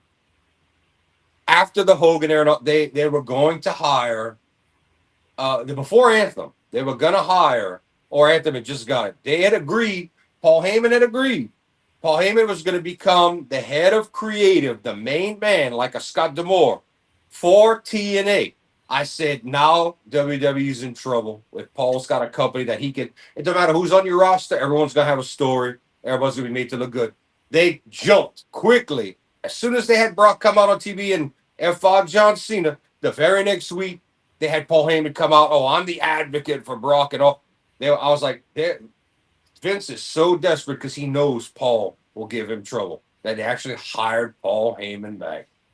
Mm-hmm. Yeah. But anyway, Josh, what is your number for WWE? I want to give it as low as Jordan, but I WWE. Between a 5 and a 6 right now. Yeah, 5 is very reasonable for average. I'm punching them hard. Me personally, I think TNA is lower than everybody else. It's way That's lower. not a big 3. That's not a GCW is the U.S. company behind AEW right now. We know. Well, I don't. That's going to be interesting to see in a few more months with TV. I think TNA is going to pass GCW for ad, just like AEW passed New Japan once they got television, and after a year of being profitable with the ads. I hate to tell you this. I think TNA is going to be more profitable. We'll see. But New Japan, in my opinion, I'm not going to give them a rating yet. I'll give them last. I'm gonna go with the ones here locally, or not locally, but here in the states. Well, I thought you WWE. said big three. I am getting my big three: WWE, AEW, New Japan. I was just fucking around with TNA. Um, WWE, in my opinion, in my personal opinion, I've been watching it all year. Trying to watch some of the pay per views, just not my cup of tea. I'll give it a 4.5 tops. AEW, I'll watch their pay per views. I'll watch their matches. I'll watch their television. I watch every bit of it I can. I love they do 3 hours here, 3 hours there, 1 hour here, 1 hour there. I love the fact that they're doing a thing with the Major League Baseball, which I think is fan-fucking-tastic. I give them a 7.5 to 8. That's on the high end. New Japan. What I have watched, what I continue to watch, legally and illegally. I don't give a fuck what they're gonna do. Come after me. Well, no one's going to come after you for a show that's not live that you watch the replay. There's sites for that. Yeah, but It's TNA that we won't pay for. the thing is, I'm a big fan of what they did earlier on in the year.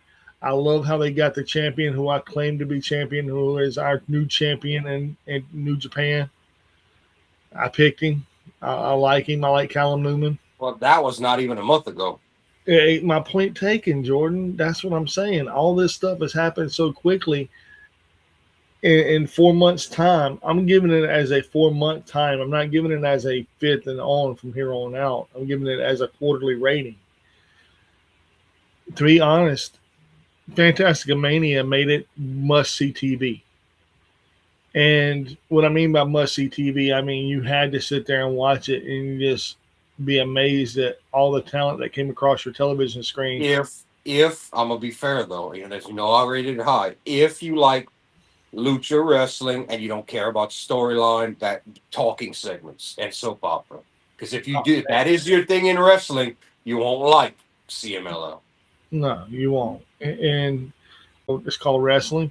Yes. And but Fantastic Mania to me made it must-see TV.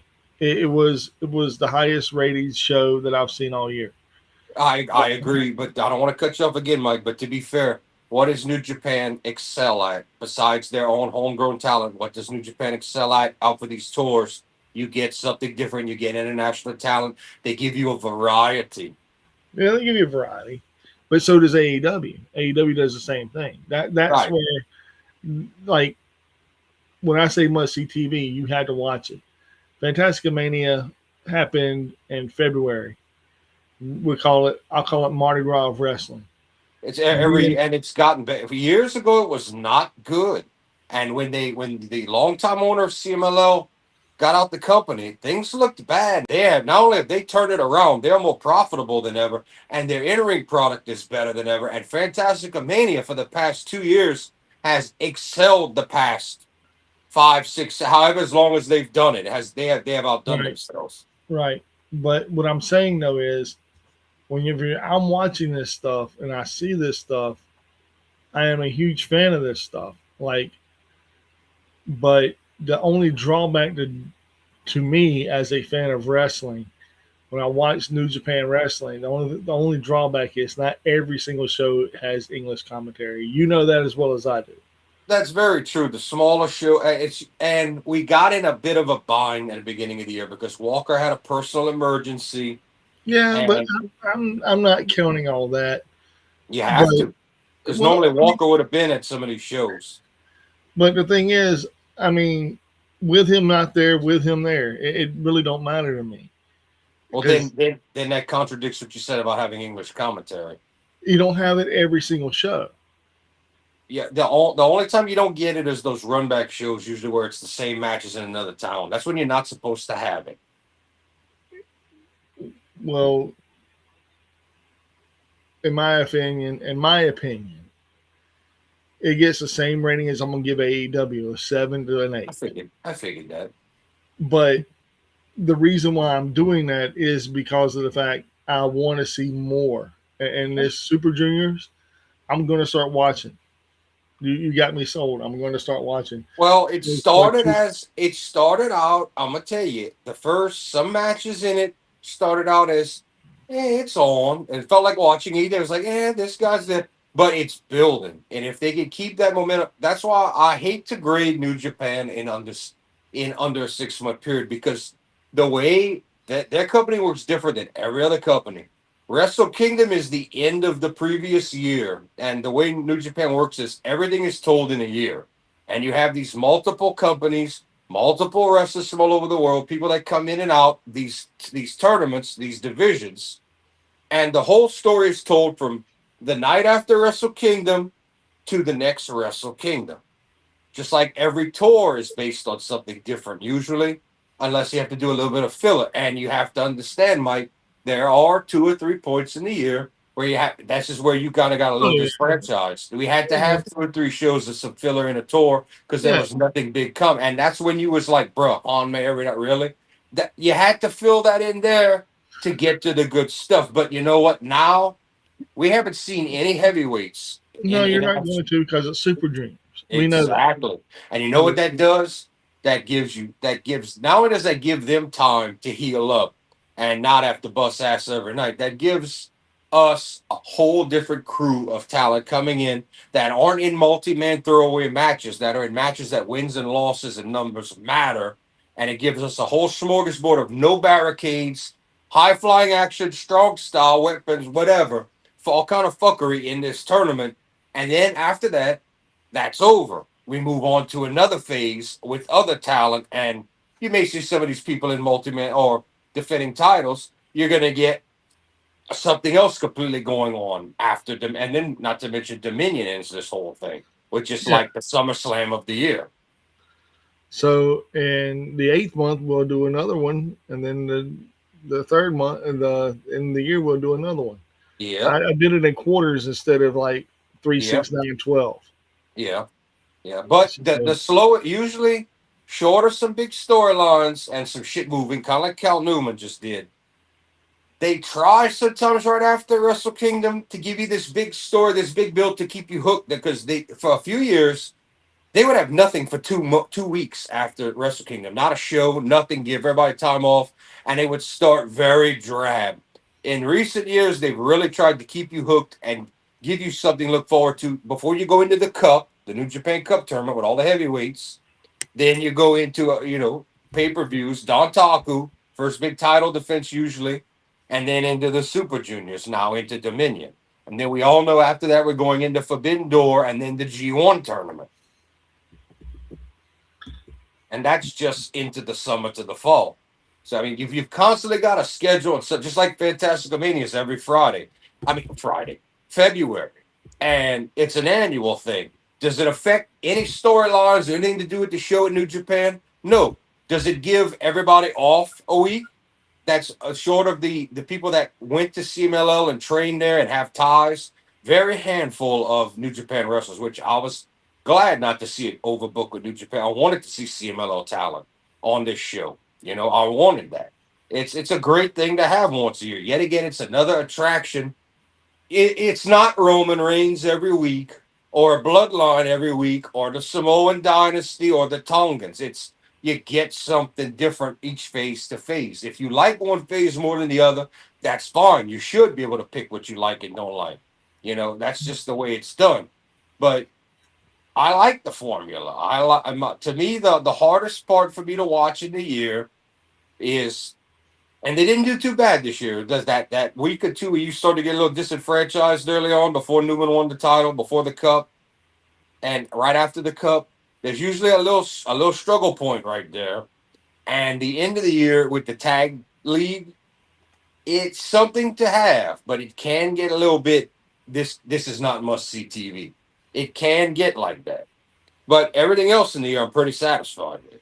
But it's a lot better. It's a lot better than WWE not giving a shit in the summertime. Well, not. I can't say with SummerSlam, but the usually the WWE quits giving a fuck from Survivor Series to Royal Rumble. They quit giving a They do not give a shit.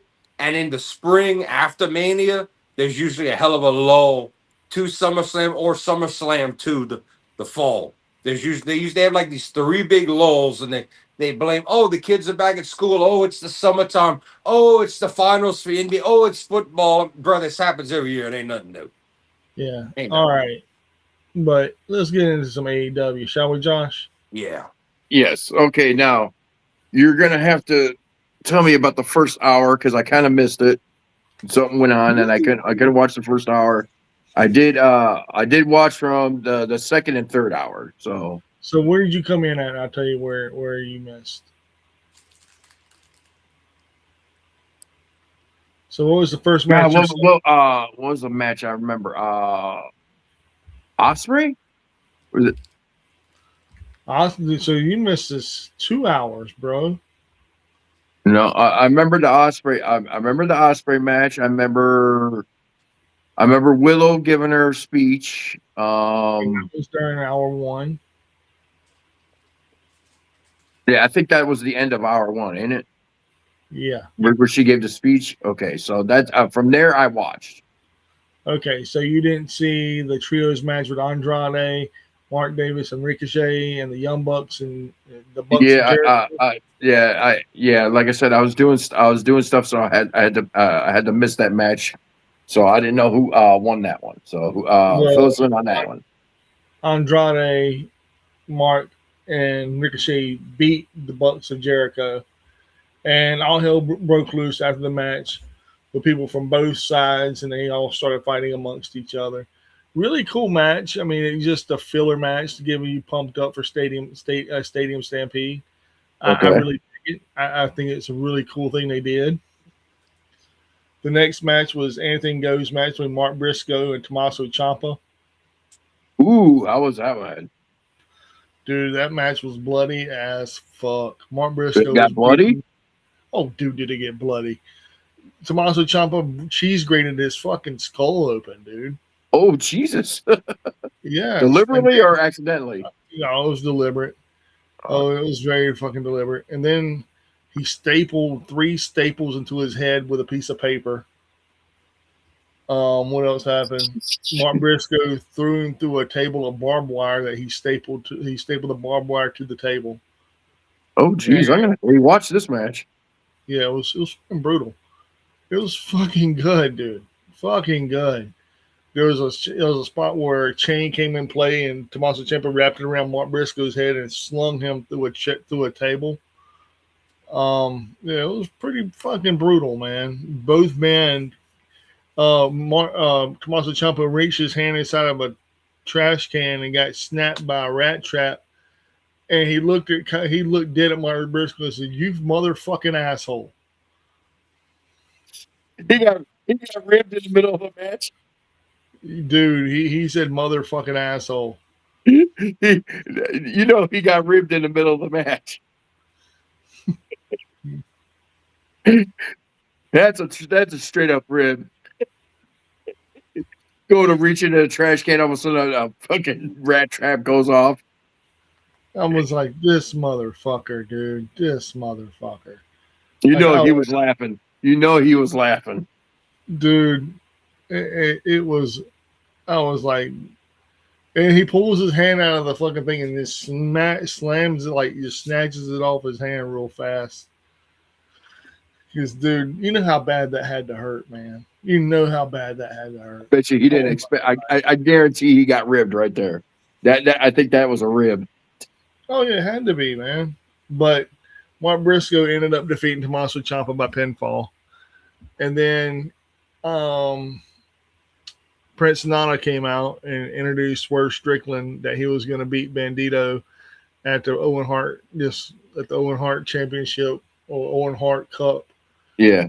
Sunday, and then Bandito almost slammed him through a table. I'm not through a table, but through a chair. Oh, and then before we get to that spot, there was one nasty ass spot between Tommaso Ciampa and Mark Briscoe.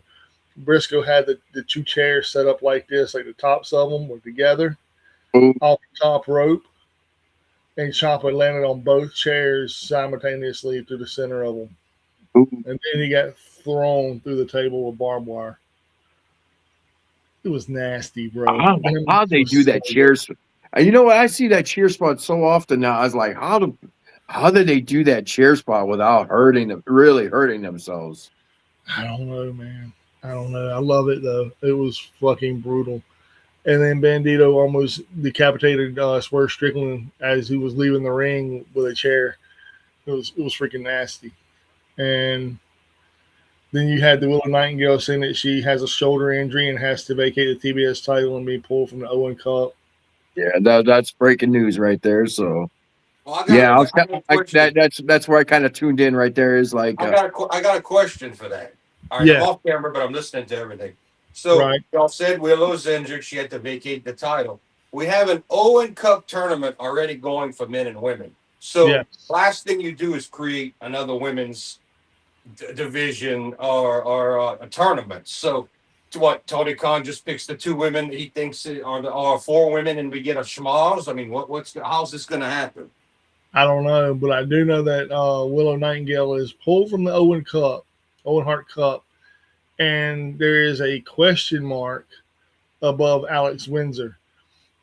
So Sunday we get to see who faces Alex Windsor at Double or Nothing, because we don't have a clue. And my guess would be Brett Baker. That's how you bring her back. I don't think she's coming back, man.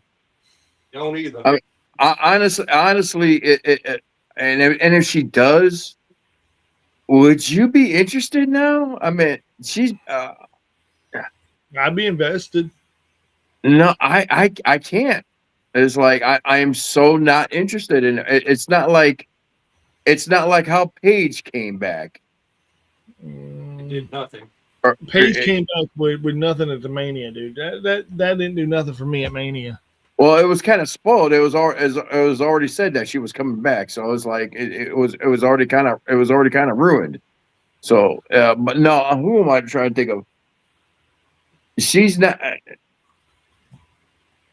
While she gained a lot of popularity when she started, all of a sudden it just fizzled out. And if she just came back, all of a sudden it's like, I'd be I like, have a pick. I have a pick for. I think I know who's coming back.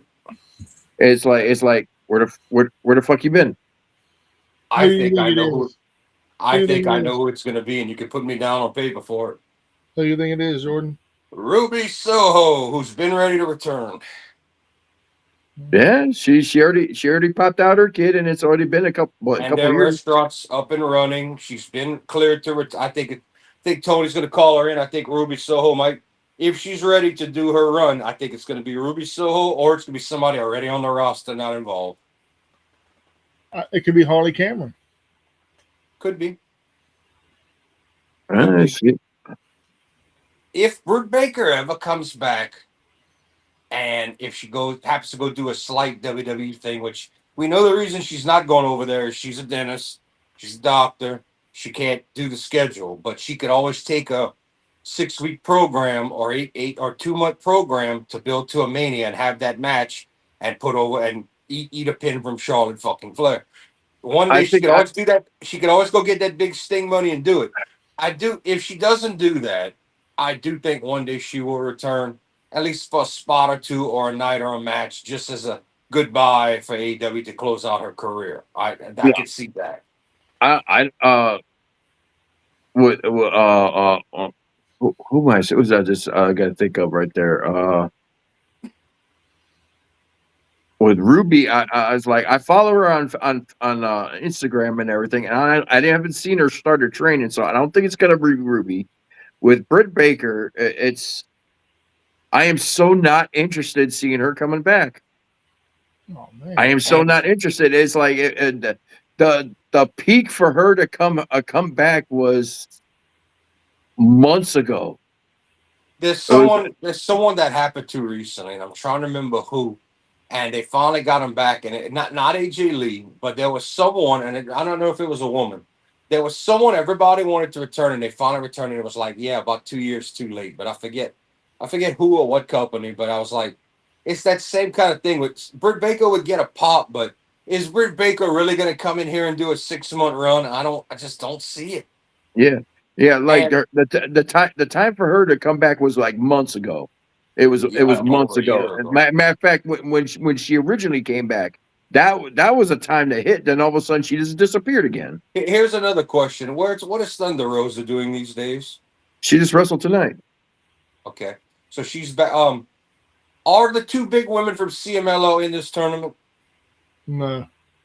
They are not. So Tony could call in for Stephanie or La Catalina. No, I might have the wrong name. Um, she's a AAA, ain't she? Or am I wrong? I think you're right. I think La Catalina is in AAA, but Persephone is in CMLL. Yes. Who's the other one besides Stephanie? That they Maya World. Who? Maya World. I think she's Stardom. No, not her. The other woman that CMLO wanted to push. Tony Khan's trying to steal both of them. Another reason New Japan had its down period is because Tony Khan took all the talent. I can't think of her name, but the rumor is that I think it's for Stephanie is WWE bound after her contract. Like she's going over there too. I think it's her. No, Persephone. No, she signed a deal with AEW. All right, well then it's the other girl then. Whoever it is, one of them's supposed to be WWE bound later this year after, like that's the strong belief backstage in AEW that she's. Well, everybody thought that Leon Slater was going to WWE, and he said, "No, I'm going to AEW." Yeah, but that's Leon Slater. I'm not about to bust a nut for Leon Slater, dude. Actually, he's probably the only talented person in TNA right now. Yeah. Yeah, I'm not worried about it. That guy's not going to move any needles. Whereas we all saw Stephanie Vaquer definitely move needles and made the right decision for her career. And she can be a WWE lifer unless something goes wrong for her. She's going to be made of money by the time before she's 40 years old. Yes, right now she's on. That's another one that's on break right now. Yeah, well, I think she kind of deserves it after the ass busting she's done. Kind of like, I mean, you can say what you want about Punk. If you want Punk to survive and still make money off him, you got to give him some time off after this title loss and get him away from the public eye. Because if you don't, you got to turn Punk heel because everybody's going to get sick of him. Just like I'm waiting for the day Cody's going to go all the way because that's not going to last forever either. Nope. But anyway, going back to the Dynamite, AEW Continental Championship Eliminator match with Moxley and Kyle O'Reilly. Yes, I did watch that. Now that was a brutal really match. Good.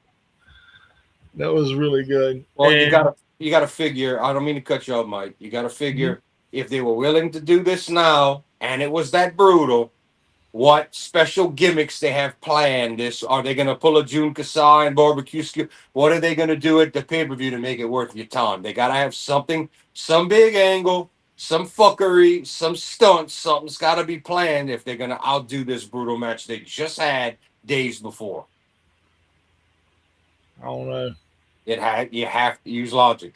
Holy shit, something's got to happen. Something's got to happen. I think, well, if Kyle lasted a distance, that the stipulation was that he gets a no hold barred match or something like that, or no disqualification. No time limit match. No time limit. Oh yeah, no time limit match. Well, they're going to have to do more than an hour of Bret Hart, Shawn Michaels. That is not going to sell the crowd. It's going to have to be some insane spots, some Jun Kasai ripoffs. With blood and weapons, maybe a return of the fishbowl. Who knows? It's gonna be gimmick. They're gonna have to have gimmicks.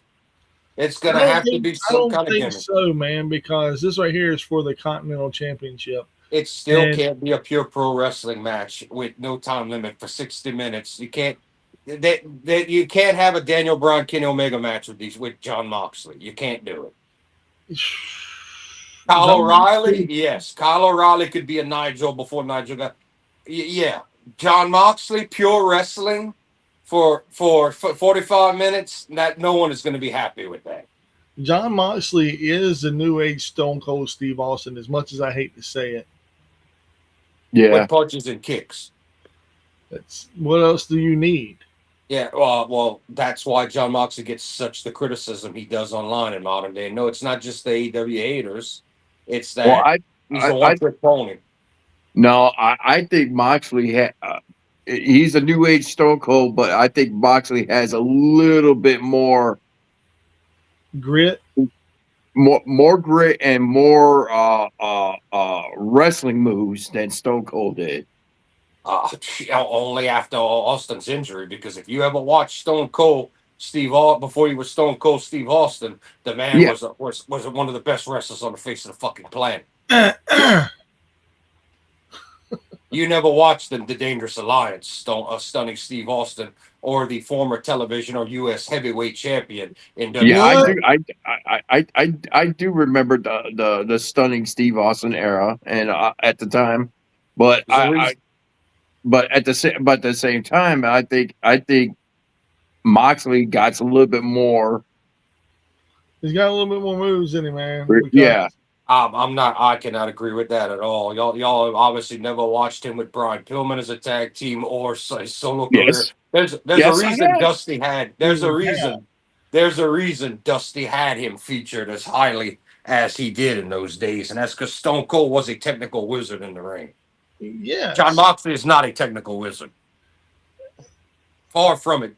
If you try to put on a 45-minute or over 30-minute match with John Moxley with no gimmicks in a pure wrestling match, get ready for Davey Boy Smith chin locks. Get ready for it. Guarantee you. Get ready for it. Wow, man. You really don't give this no faith at all. Not about no faith. I mean, I know the popular vote. I know how people look at it. No one considers Moxley a technical wizard. Moxley is a brawler, shooter / weapons and blood. That is what Moxley is, and fish balls. Fish balls, Jesus. And I like Mox's attitude, character. What I don't like is he's that one dimensional. But no, he could not. You could ask anybody on the face of the planet. You can do a poll vote. You can do whatever you want. No one is going to say Stone Cold in his prime was not a better technical in-ring wrestler than John Moxley. No one is going to say that. No one.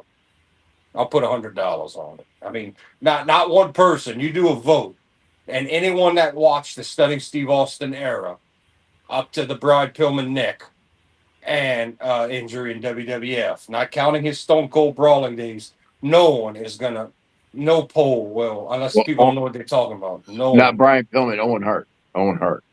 I saw it was Owen Hart that dropped him on the neck, but that's what. Same thing like Mick Foley. Those guys were good. You have to give them credit. They were good enough, and they were good enough talkers and good enough character-driven wrestlers to get over. They were that good that when they were washed up in WWF, could be main eventers and hold your attention and sold out arenas worldwide. Would cheer them on, listen to every word they had. You had to give it to those. Those two dudes were so broken by the time they had their peak runs, but were talented enough to make it happen. You have to give it to both of those dudes. You have to. All right, to keep it moving. Okay, so we got the agree to disagree on that one, Jordan. Okay, you think that? And don't get me wrong, Mick Foley was terrific in his prime and all the crazy things he did in WCW. Not saying he did better wrestling in the Attitude Era. I'm saying Mick Foley worked his way all the way up to a world title banged up, and then as a commissioner, and he was must-see television with Edge and Christian and all. You cannot deny that. Can't deny it.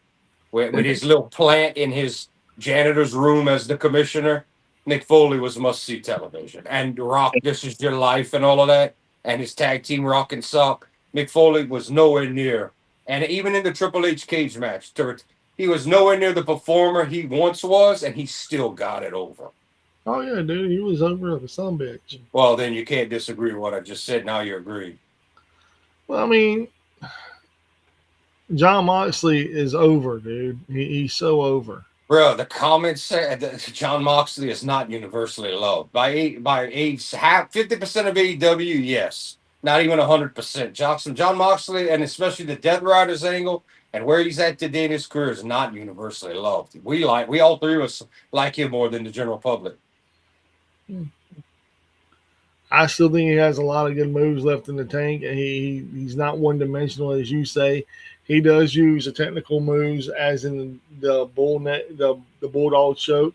Yeah, He uses the arm breaker. that's a shooter. He, I covered that. He's a shooter. He first did it in New Japan. And when he had that persona in New Japan with the tights, the short tights coming in, he came in like a fucking MMA pit fighter and he did it good.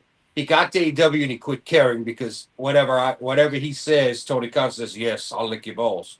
And it made him lax. It made him not as good of a wrestler.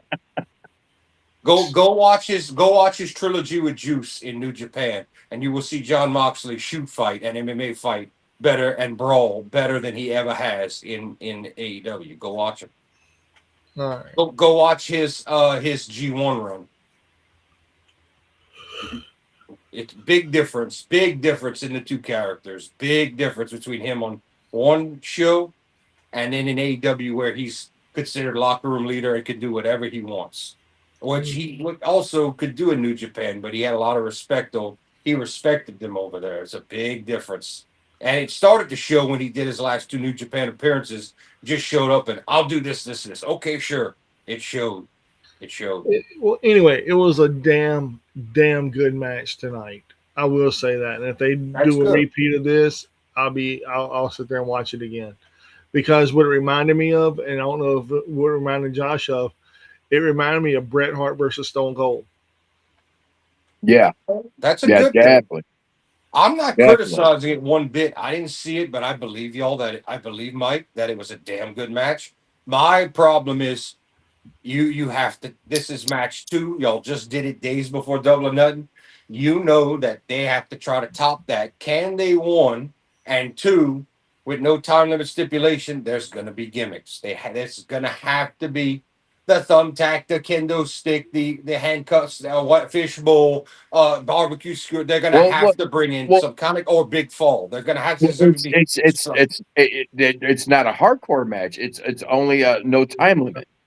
Yeah. It doesn't. They're going to have to do some kind of gimmick. There's going to have to be some spots. There's going to have to be, or they won't be able to beat what happened tonight if it was that much of a bloody brawl with all. There wasn't no blood in it. There was no blood in it. Okay, well, you said it was a hell of a brawl and all this technical and all this good shit and this hard hitting. They're going to have to try to top that, or they have it. It's gonna be it's gonna. Okada Omega 3 is not considered as good as the time limit draw 2. And it's not considered as good as 4. There's times where you're good and there's times where let's see what they can do. Let's find out. Savage Steamboat 2 is considered the best of their trilogy. I like the first one. That's fine. The first, there's nothing wrong with the first one, but 2 is considered of the trilogy. 2 is considered the one. I mean, I just tell you, Omega and Okada went to a time limit 60-minute draw in the second one. And that's because even though with that outcome, it's considered the best of the 3, not counting the fourth one, the 3 falls, the time limit and all that shit they did for over an hour. I mean, some people still think 2's better than that. Meltzer created a whole new star on his damn thing. Gave that Fort match 7 stars, and I did watch that match live. It was great. I did not like the 2-minute rest periods or whatever the stipulation was. To me, that slowed down the action, but the match was a wrestling clinic. It was. All right. Well, continuing on, and Rouge had an appearance, and he said if Darby Allin is still champion next week, he wants the next title shot because once you mess with the bull, get the horn. You get a horn. Well, I mean, that's a dead. As much as I like Rouge, it's a dead issue because I don't know how he's going to get screwed out of it or lose, but we all know Tony Khan is not pushing Rouge to the moon. He should. Rouge is Ring of Honor bound. We already know that. I hate that. I hate that for that man. And I know he doesn't speak good English and all this stuff, but I hate that because he's so. To me, Rouge is as good as Takeshita. To me, man, I would die to have a killer match with those two. I would pay to watch that. I would love to see that. Give me those two at Forbidden. I mean, it's not going to happen. Give me those two, and I'll shut up and eat popcorn and go ooh ah and watch them go for 25 plus minutes. Give me those two. That would be amazing. And then we had an 8-woman tag match with Athena and the Triangle of Madness versus the Brawling Birds, Thunder Rosa, and Mina Shirakawa. Yeah. Oh no, man, that was a good one to watch. I was like, I didn't know what to stare at. Well, that too, but the match itself wasn't terrible. Yeah, yeah, but yeah. It No, it was it was pretty good match.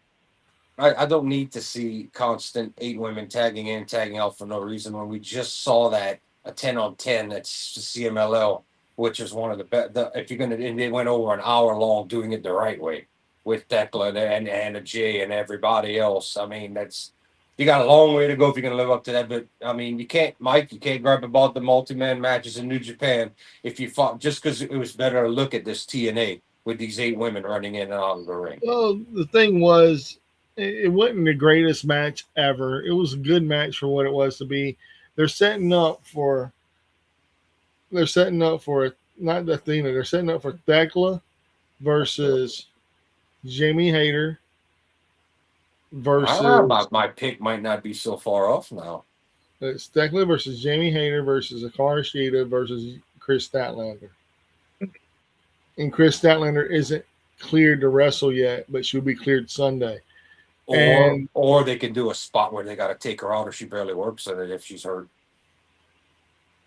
Yeah, but I think Thekla is going to retain because I mean That's the strongest. I even though I voted against that, I agree. The logic would say Thekla retains, but all in Wembley's, that's my problem. And you don't have a Tony Storm to catch. That's another reason I think bringing back Ruby Soho when you need that big star power, someone that's going to slightly move a needle at least, even though she's cold. You don't have Tony Storm to carry that women's division. That's why I'm thinking somebody like a Ruby Soho would make perfect sense. You'd have a top four, a top women to complete your top four. Because let's be honest, Tony treats Mina as a side attraction. Mina's never going to be AEW World Champion. It's never going to happen, and piss on him for it. But it's never going to fucking happen. We're lucky we got the Willow run we did, and I don't know if we're ever going to see it again. She'll probably be probably after Ember Moon's what's her name? Athena. Athena. After Athena's legendary run, that's probably where Willow's going to be sentenced to. Or be the one to beat a Red Velvet and carry or something like that. I mean, I just don't. I think it was an experiment. I think Tony Khan's going to get bored of Willow. I don't think he's going to keep her high. I don't. I like her because I like Willow because she looks like no one else on the. She has the same quality. People are going to laugh at this. She has the same quality as a leader, as a now deceased Ashley, as a Thekla, as a Tony Storm. They're one of a kind women that no one else. You don't mistake them for anybody else. They're one of a kind. There's no equal. You can have an opposite to them, but there is no equal. Oh, here's Tony Storm 2.0, or here's this, or here's that.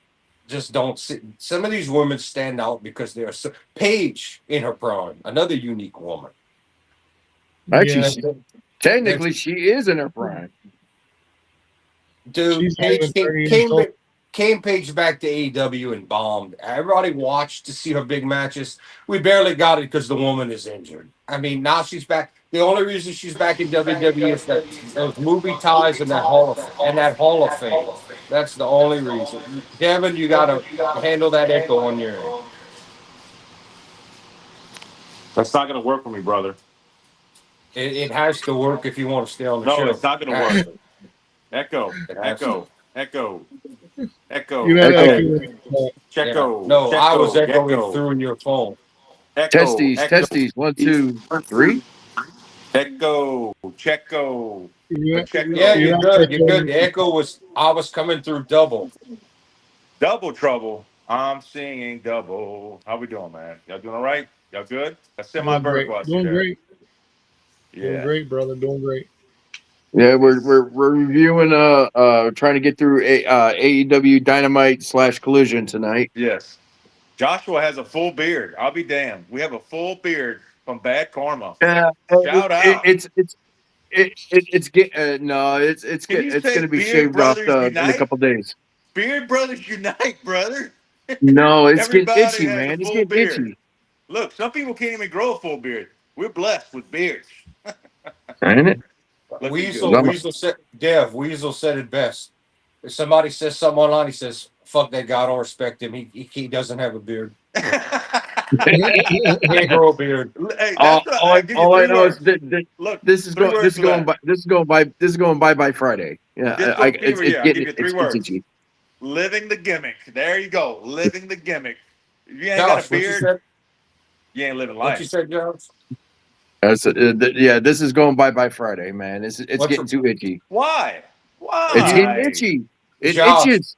Josh, Head and Shoulders, plain regular 2-in-1 dandruff shampoo, no flavors, no preserve. The regular plain old shampoo and conditioner. Rub that in your beard and wash it out. Goodbye itch, goodbye flakes. There you go. Hey, I listen do to the use Head fellow and beard Shoulders. brother. Listen to the fellow beard brother to my left. There you go. I do use Head and I've given Shoulders. so many people that tip, and no, not the coconut oil, not the Old Spice, the flavor, anything with the scents. I start itching like a motherfucker. Not good. Right. The basic Head and Shoulders 2-in-1 classic clean, the shampoo conditioner, but bye bye itch, bye bye flakes, instantly almost. I mean, that's a proven fact. That's a proven fact. Survey Well, says. if you take no, you don't. You take that and you rub that into your skin, and then wash your beard, and you're good to go. If you do that regular, goodbye itch, goodbye flakes. Yes. Anyway, Goodbye. so what we were discussing, Devin, the big three earlier. Like, what do you rate WWE, AEW, and New Japan? I know you probably don't follow New Japan like we all do, but what would you rate I for don't the even know if he follows AEW. I think all. Do you watch AEW at all, Devin? Yeah, AEW from time to time, but it's not on a regular basis. You know what I'm saying? It's I have a more. question. I have a question before you give Mike's. It's probably gonna be hard for you to rate the shows, but I have a question for you. How good of a technical wrestler do you really believe in John Moxley? Do you think John Moxley, sure, is he a brawler and a shooter, or is he a technical wizard and a terrific in-ring wrestler? How do you rate John Moxley? I rate John Moxley. Okay. Well, personally, my personal opinion, I think he's a good worker. Um, I would say, yeah, you could say he's in a brawler type, and but he has that aggressive type where you know what I'm saying he can throw blows, but he just, I mean, it gives you good energy. It's just that it's not like it's He's not not. elite, but it's okay. It's watchable. You know what I mean? It's watchable, but he is not the top 10 in-ring wrestler on No, the no, world. no, no. No, nowhere Definitely, near it.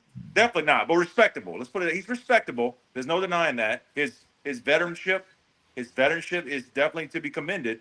But like you said, he's not top 10. But No. he's damn near on the outer edge. You know what I'm saying?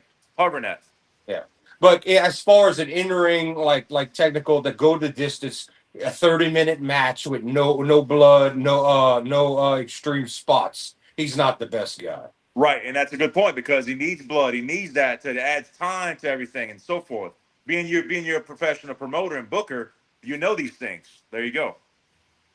Thank you. Thank you. all right? So what I was saying to the guys earlier, AEW, WWE, and New Japan, they're the big three companies. Correct me if I'm wrong. And I know we're over halfway through the 5th month of the year, but the first 4 months, I'm gonna do 4, 8, and 12. I'm only gonna split them up in threes instead of doing 3, 6, 9. We're doing it quarterly here. Yeah, and what would you rate WWE, AEW, and New Japan as a number out of 10? As far as on the scale of like you said, the quarterly right now, Yeah, obviously the ads took off WrestleMania. Kind of, I mean, that was overwhelming, right? That's kind of what everybody stuck to. But the main event was watchable, right? And the Brock Over match was good because it led to what the rematch is going to happen at Clash of Titans in Italy. So that's something to look forward to.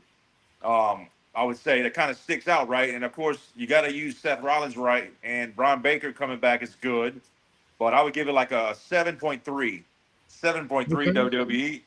And I mean, AEW's been solid. I mean, looking forward to the big events, the bigger Double or Nothing, right, coming up soon. I mean, right. it's right on the heels of WWE when it comes to like overall watchability and wrestling as a whole, right? So Yeah. 7.1 AEW, 7.3 WWE. All right. And what do you give New Japan? I mean, I, I know it's great wrestling. I know that according to JAT, and it's definitely a good storyline. So like, I'm kind of I don't watch it often, but I watch it based on the clips that I see from y'all. I would give it. I mean, I'll give it right in the 7 range also because actually higher because look, once again, I don't know much. I'm not as savvy in it as y'all three are, but I know for one thing, it's they're workaholics. They give you quality and you give you quantity, so you get a little bit of everything, which is what you That, want, right? You that's a want good very wrestling, you want good that's a very storyline, that's a and you want very something good that's watchable. Yeah. That's a very good assessment for doing it broad, Devin. I think you were very fair on all three companies, and Yep. I think you were extremely. Generous. I might find you gave WWE a little high. Yeah. I think you were Yeah. very on the money with AEW, and I think you were very, very honest. And considering you don't watch a lot of New Japan, I think you rated it very well. Yeah. I I mean, think your based off look, description was very good. right, Did knowing you that did, you have it's the time thing, right? They have a lot of stuff at the night hours that we are up, right? We kind of all That night that hawks, can right? So that's a good therefore, we're that's a able to good watch it point. more than the average human because we're night owls. So you get a oh, you get a That's a glimpse, yeah. that's a great point that Devin raised that none of us raised about New Japan. woohoo. That we live in the states that the show Yes. can be very detracting for people to watch live because it's in the AM. Yeah. That's a good point Devin just See, made. That see, that can see. hurt. Hey, Doctor Evil, Doctor Yeah, but Evil. that's a, I wish Yes. If Josh was here, Josh would tell you that's why he doesn't watch the show. Oh yeah. Speaking of Josh, congratulations on speaking the newborn. speaking of I that meant man with the you. beard, yeah. I meant you, Josh. By the way, but that's the reason you don't really Uh, get to keep up with AEW is because it's against your work in your life. I'm sorry, New Japan, Right. right, So John? Dang. pretty much. Yeah, Yeah. But I hold, can't really watch New Japan on the spot. And damn you guys for chatting while you're watching it at 3 in the morning. mute that's your chat, dedication, Dick. brother. Brother, that's dedication on dedication. I mean, when you got dedication, you got dedication. I mean, you got Devin, I told dedication, but damn it, I'm dedicated to. I got to be at work at at That's Devin, right. six You o'clock in the got to be a morning. functioning adult. You got to be a Devin, functioning adult. Therefore, you need at least 4 hours of rest. Dev. I told Mike and Josh when I added them to the group. I told them at first. I said, be warned. New Japan goes live a lot, like 3, 4. They're not, but tell them how grateful they should be that the chat is not what it once was when Devin and Urga and Phil could all watch and they would have 500 messages in 2 hours. Like I mean, right. Kenny had to mute the chat, and that's why he's not always on because he was like, guys, I says I won't be a dick, but I can't handle y'all 2,000 messages Right. Well, the biggest for the thing you got full. to set it to do not disturb. I mean, that's a simple tactic, a simple 2026 tactical do not disturb, so it won't chime like crazy. But that's Well, just a little tip of the trade there. But that's neither here or there, yeah, contrary to belief. the So COVID era and before, it was yeah, very common to have 2,000 to 5,000 messages and dings while we watched because and that's yeah, and that's on average, watched. brother. All four of That's us would never miss a New Japan show with our work schedules. It was yeah, constant. New Japan was like was watching a basic New Japan show was like watching Wrestle Kingdom or WrestleMania every night it was on. yeah, yeah. And usually, look, you would know this. Usually, what the New Japan event or whatever the shows are, what 3 hours on average on regular, like three Three, hours of quality two, wrestling. two. The Super Juniors is basically like a Raw or SmackDown. Right? It's like a 2 hour, 2.5 hour packed show. So good time limit. Some of your other shows go 3.5 to 4 hours, and every now and again you get that big long fight, or like a Wrestle Kingdom, like a WrestleMania. You get a big long, like Dominion's going to be a long show, but it's going to be Yes, at least a 4 hour show. But it's going to be so good. yes, yes. Now, did y'all touch base on obviously Oba and Brock? Yeah, y'all touched base on that right earlier. Right? Yeah, Okay. yeah, Good. we did that Good. Monday. Good. Okay. Good. Right. I'm a little late. Call me late, Larry. Yeah, but that's good. That's good. Part of my WWE rating, Devin, of what I did give it, I What'd one you give? point You gave it a 6.3, huh? three. Oh Lord. He said Terrible drop the wrestling, six, terrible. drop the decimal, give it just a 3. Brock and Oba earned 1 point for them, and Danhausen earned another point. Right. That's right. That's right. Correct. Correct, because Danhausen is white hot right now, and he's selling Yeah, incredible but merch, and it's a good filler. But it's like it's good for the kids, it's good for the women, it's good for everybody, all ages, because I it gets you I plugged in. It gets you plugged in. Yeah. I give Brock and Oba a whole point just because of the lack of talking they have to do to get their story over, their Yeah, WrestleMania match, and Brock just came. No words were needed for what just happened, and that's right. everybody's white hot on this. All people are cheering Brock. They're excited to see a rematch. With no words, it's white hot. That is good money making television. Right, and bingo, and like, but once again, like you hit the nail on the head. They don't have to even say a word. It's all about the interaction. To me, that's especially for Yeah, WWE, a story heavy company. When you don't have to say a fucking word and you can hold the majority of everybody's attention plus mine, I will give that is high praise to me. yeah. So Brock and Ova it reignited, leading to a second match. Didn't need a word on Monday. To me, that gets high praise. Not needing a word to get your message across. That right, Right. very very valid point. Very valid point, because that gets the loyal followers back in tune. Definitely gets loyal followers back in tune, and gets the anticipation ramped up. If I could have my way, and I know I didn't, and I know it would. If Shane would have been there, he'd probably push for it. If we could, and I know some people might not consider him a main eventer. If I could have had my way, I would have. And when Vince was in charge and trying to build Roman Reigns up to WrestleMania 31, I would have put Roman Reigns in the Rusev spot of 2 year or year and a half U.S. title run as a heel. I would have and then I would have had him there. I would have had Brock where he was as the champ, and I would have had a Cesaro win a tournament, whatever, earn the right.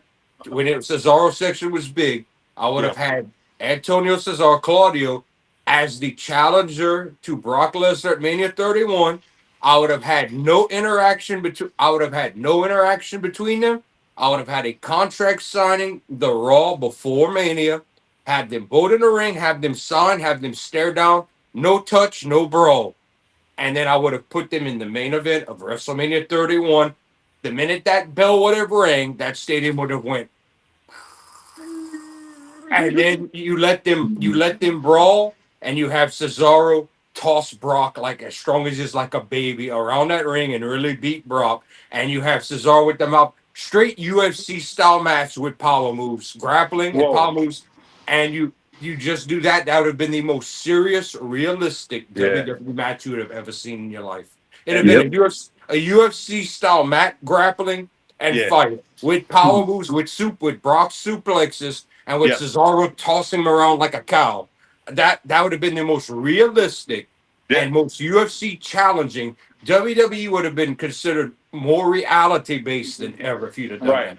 and that's great, because the Swedish cyborg is And truly then a, you and then and pound for then pound. after a run of Cesaro successful, you Uh-huh. barely let him talk. He doesn't need to cut all his. After a Yeah, successful run, they would have tried Roman Reigns drop the US the United spit it States out. title, turn Cesaro heel, start turning Reigns babyface, and have Reigns go on and beat Claudio, and you would have had a made man in Reigns with all the years of bullshit. Hey, That's how I would have booked that, and I would have made WWE a direct competitor to UFC, and it would have been realistic. It would have been, can, and Reigns, even though Reigns is 5 moves, it could have been successful with him and Claudio put him over, and yeah, all, and then you have Reigns and Brock go into it later on with Brock as the heel and Reigns as the over legitimate baby. I could have made Vince. I could have made you way more millions, bro. that's it. You wouldn't have had to sell the And that's TK. You wouldn't have had to right. sell the TKO, Vince. I could have made you money, bro. And that's right. That is your Doritos world class Booker JAT hot And 3 minutes. and after you did the Brock shit, or you didn't do it, you Yeah, could have had John Cena come in, and Reigns would have been cheering more than Cena at that point. yeah. Yeah. See, I could Yeah. have Vince. I could have saved you from selling the TKO, bro. I could have saved you. All right, Mike. What's left on the Dynamite card? Well, the Brawling Birds lost due to the black mist from Thekla. And then we had a singles match between Darby Allin and Speedball Mike Bailey. which and is Darby Allin. really good. Yes, and Darby Allin defeated him with the Scorpion Deathlock, which I think is stupid. Yeah. And then you had Will Ospreay defeat Katsuya Shibata after he turned heel like a motherfucker against Shibata. Wait, I don't want to cut you. I want to go back to the preview. I want to talk about the match you just said. Darby fought who? Speedball. Speedball. Darby fought Speedball Mike Bailey and won with a Scorpion Death Lock. Am I right? Yeah. Yeah. On all right, can we do a little assessing here, real quick? Y'all like to talk about how I'm not trying to diss anybody, but y'all like to talk about AEW's logic. Oh, What is Speedball Mike Bailey's number one trait in a wrestling and what he's known for? his legs. And his combative Kicks. style and his martial art and his legs. What is Darby Allin known for not having? Those In what legs. world do we believe that Darby Allin has the core or leg strength to not only lock on a scorpion deadlock, but turn it over, roll it, and hold it in a convincing fashion that not only he's strong enough to hold it, but that Speedball Mike Bailey could not easily power out with his leg strength? All right, I'm going to show you. I'm going to tell you how it happened. He put him in the Scorpion Deathlock, and Mike Bailey grabbed the ropes. Darby Allin immediately went to the top turnbuckle, coffin drop, pulled him away from the ropes, put him back in the Scorpion Deathlock. And sat on him this time, not like just like did the Okay. He sat on the lower back. That's what you're saying. While he held it, he sat because he's lined yeah. up not to hurt Mike Bailey in real life. He held the scorpion and sat on the lower back, right? 100%. Why? How? In what planet? Soaking wet Darby Allin and the strength that Mike Bailey has in his core and his legs could not just roll to his left or right and toss him right off.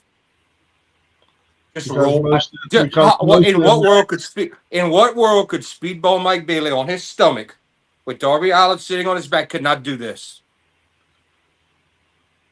Kevin Knight was out there as well, pushing him, and he tried his You mean verbally hyping him up? You mean? yeah. All right, that's enough to make me believe that 125 pounds soaking wet Darby Allin, and of all people, a leg specialist like Mike Bailey could not have done this. Let me stop you there. Let me see that shirt you got on. Is that what does that shirt say? This is Teenage Mutant Ninja Wrestlers, and Is that this was given to me by the Bad Karma himself as a gift. Yes. this was a Christmas gift from Chris Kringle, aka Bad Karma himself. Yes. Just for some extra rep. Delivered to my house by Bad Karma. Hey, Yes. face to face, boots on the ground. Yeah, Oh, he came. This man flew here bearing gifts for me, Mike, and Phil. hey, spreading Christmas cheer, baby.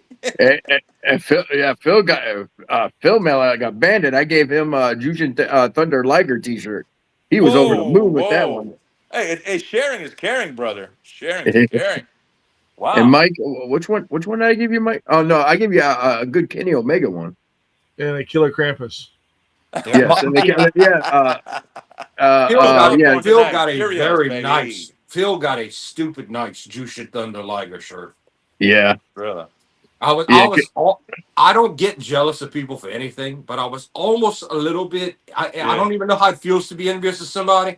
I guess that might be what it feels. I was almost like I was happy for him. I was glad he got it. I was like, man, if I ever had the chance and I saw that and it wasn't over expensive, I would buy that or I would wear that. I actually thought of that. I thought it was really nice. I already had to go on eBay to go find that one. Ooh, hey, when there's the will, there's the way, brother, and you made it happen. Well, That's right. I got that shirt in Pro Wrestling Tees crate, and that's the only way you could do it. You can't go on their I remember website when you and buy got it. I remember when you got it in that crate. I remember. Mm-hmm. Yeah, you could. Yeah, you could only get it in the crate. So the only way you could get one now is probably go on eBay and find it. Yeah. We got to do a health plug. This portion of tonight's Ringside Rants is brought to you by 1% sugar, 1% salt. Cheerios! Good for the heart. Good for the heart. Good for that. Hey, that man is eating Cheerios dry. No almond milk, no oat milk, no vitamin As a D kid, milk, no when I Fairlife was milk, nothing. I When think I was a small child, from like yeah. 3, 4 years old, all the way through like middle school, my number one thing I ate in my life was when I went to lunch every Yeah. day at school, I would bring a bag of dry Cheerios and buy Right, milk. right. Guess what I did? I did, dude. I was a big Kicks. toaster strudel guy. Lego my ego, and I didn't even mess around with eggs as a kid. But now I can't wait to get up and eat eggs, right? And bacon or Oh, whatever, or like English muffin with the eggs and I sriracha haven't sauce and cheese. I haven't eaten it in years. My mama would make Yeah, she would from scratch. She would make the eggs in the dough and make pancakes from scratch, and that is magnificent. or I would buy Eggos. But I loved Mrs. Butterworth's not just the regular maple syrup, but the butter syrup maple. Yeah, definitely. And I would oh, do like the Loved it. French. I would do also the French toast sticks, and that's just it's so like frozen out of the box, which is not fresh, right? And that was just just being a kid. You got to enjoy stuff as a kid like that, of Oh, hey, course. you look at what you remember me when I was young and I Yeah, was this yeah. big. I was built like Darby Allen, but tall. Yes, Not you as tall was. as Yes, you was. You I you was was the young built. Darby. No, no, Yep, no Scorpion Deathlock though, but you was the I young was Darby. built like actually I did do the scorpion, but I did because everybody would say that was the most painful leg lock I put on them. Contrary to belief. Yeah, go. No, everybody said it's the most painful one because you can't in a real scorpion deadlock or the sharpshooter, you it affects the lower back, it Yes. affects the knees and the legs, and while you're hurting, it cuts off your breathing and you can't breathe right. So it really paralyzes you in the it's a lot. It's more painful than the Texas cloverleaf. It's more Yeah. painful than the figure four. It's more painful than the ball. Believe it or not, very effective hold if you do What it about right. the lion tamer? Don't forget the lion tamer. Well, all the line tamer is a modified Boston crab with I when you know. do the I know. neck. I just But figured you'd say that. believe it or not, if you do a Boston crab right, even a half crab, it hurts. You could do it. It really hurts your opponent. You really stop them in their tracks. Yeah. I Yeah. used it because the easiest one to get on somebody. Because I mean, how many dudes you try to put your foot through the middle and they're worried about their nuts, so they're already Yeah. closing their legs. So Or rate. Oh, let me see it right. This rate I guess the most level of pain when it comes to sharpshooter, figure four, lion tame, obviously Boston crab, whatever, and then Scorpion deathlock. Rate like I guess the highest Scorp- pain for 2000. Scorpion by a mile, Scorpion. I just told you What's two? What's two?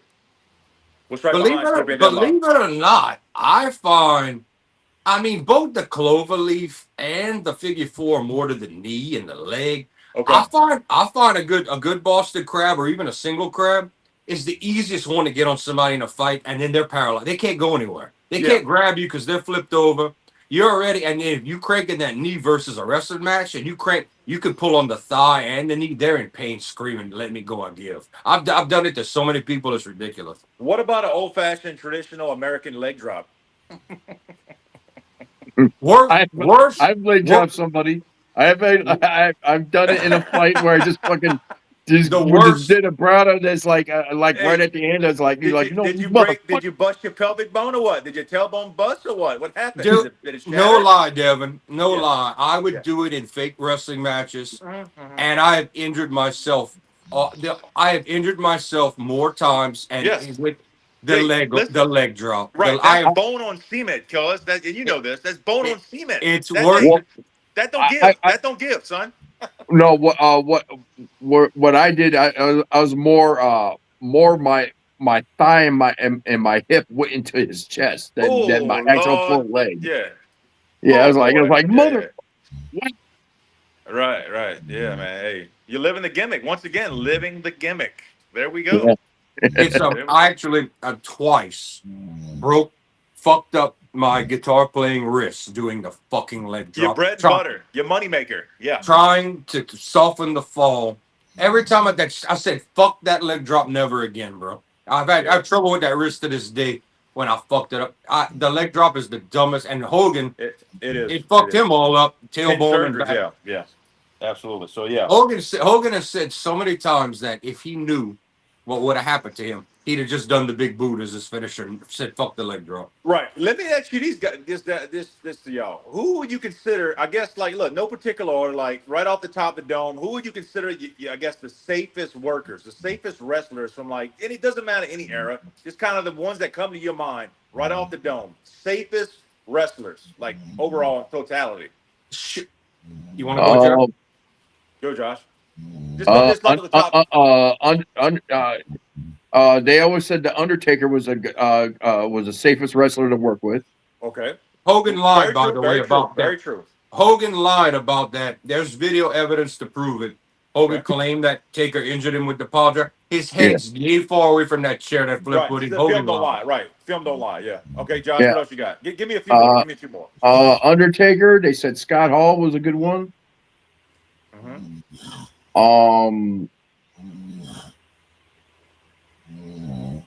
Dolph Ziggler? No. Did Mike pass out?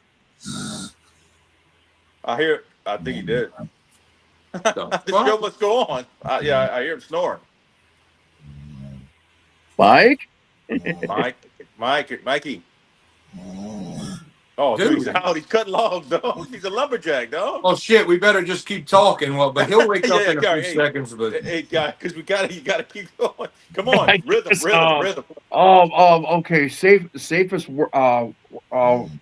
wrestlers. Dean Malenko, come on, the guy. Malenko was a good one. that is a good choice. Oh shit. I'm trying to. Jeez. All right, good go, man. Come on. At least he didn't. I would be worried if he wasn't snoring. I would think he passed out. So at least he's conscious. Yeah, I know. I'm trying to think of some names, man. That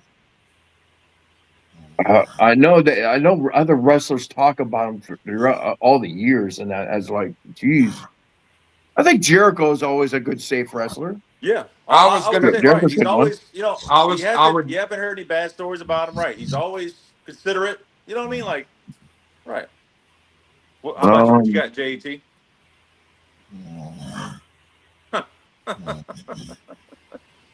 His medicine must have hit him or something. Damn. Yeah. All right.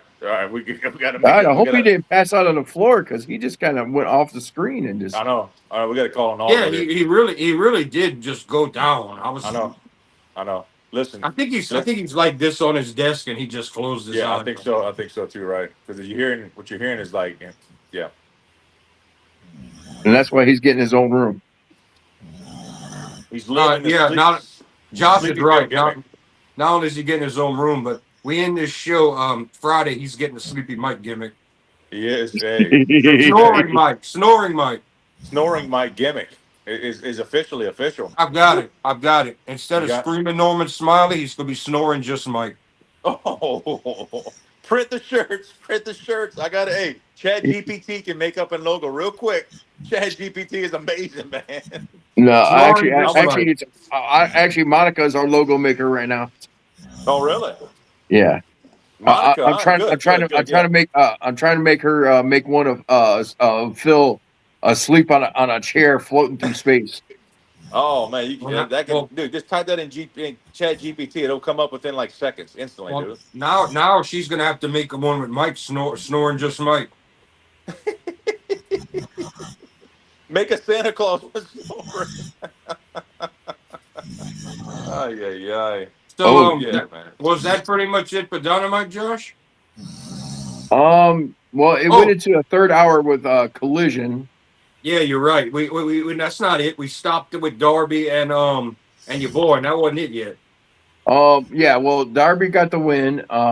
Then MJF was throwing a fit outside his legs because he has to face Darby the title versus Hair. After that, was it AR Fox? Whoever was tag teaming with Speedball Mike Bailey. I can't think of his name right now, but his tag team partner came out. He's the TNT Championship right now. Oh, no, Yeah. he's not the TNT champion. Is he the TNT champion? No, AR Fox is Ring of Honor TV. Okay, who's the one I'm thinking of? Devin, you watched the show? Whoever was tagging with Speedball, he came out, It used to offered be her. Kevin Knight. Yeah, there you go. Yeah, he came out and congratulated Speedball on a match and everything. He said, hey, Darby, hey, you did a good job too, but after you beat this punk MJF, I'm next, basically type of deal. So then they left the ring. Then MJF came out, stomped a mud hole in Darby, and then he left. Then it went into Collision. Jesus Christ. We got a dead bear. Yeah, we have to wrap up Collision and talk about that just so we can get off the air. Well, he's got to turn the thing off. That's the problem. Yeah, but when he turns it, we can leave him snoring. When he turns it off, he can edit that out or whatever. Then we go into Collision, and the first match was Will Ospreay against. I could call him to turn it off. Oh, good God! What is the first? It's Will Ospreay versus. Oh my God, I forgot. But Will Ospreay won, but I guess he had a heel turn. I don't know during that match, and I don't know how that played out because I must have missed that. I don't know how did I miss that. I don't know how that worked, but if he did turn heel, it makes no sense with the current storyline he's got going on with his own faction. Yeah. So, but he did get the win off of that. Then it went to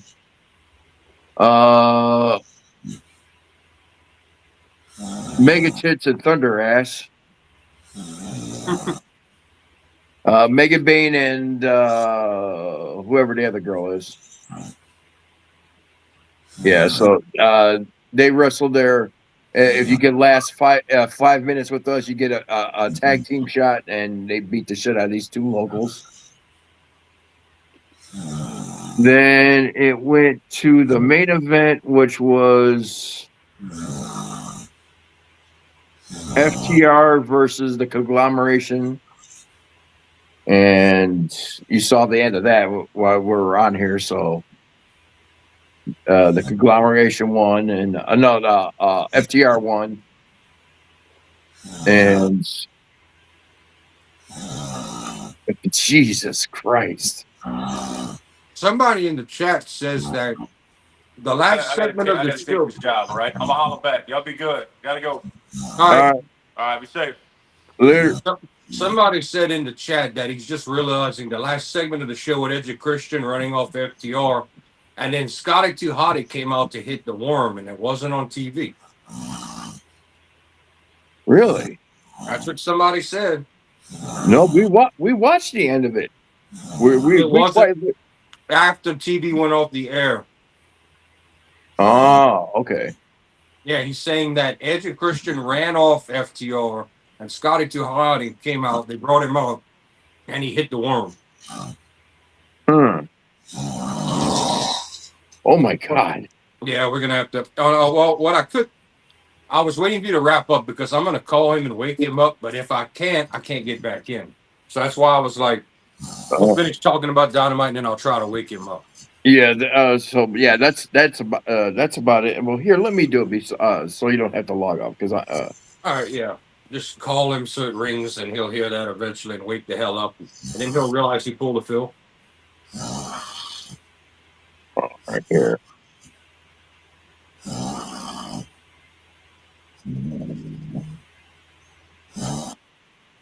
I know he's been taking care of his parents a lot. And they were staying with him, and they both had to have a surgery real quick, so I know he's been tired.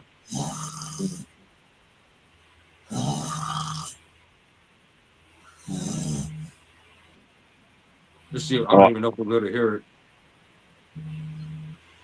Monica, we're going to need you to make a need you to make a new t-shirt for Mike. It's gonna be screaming, snoring, just Mike.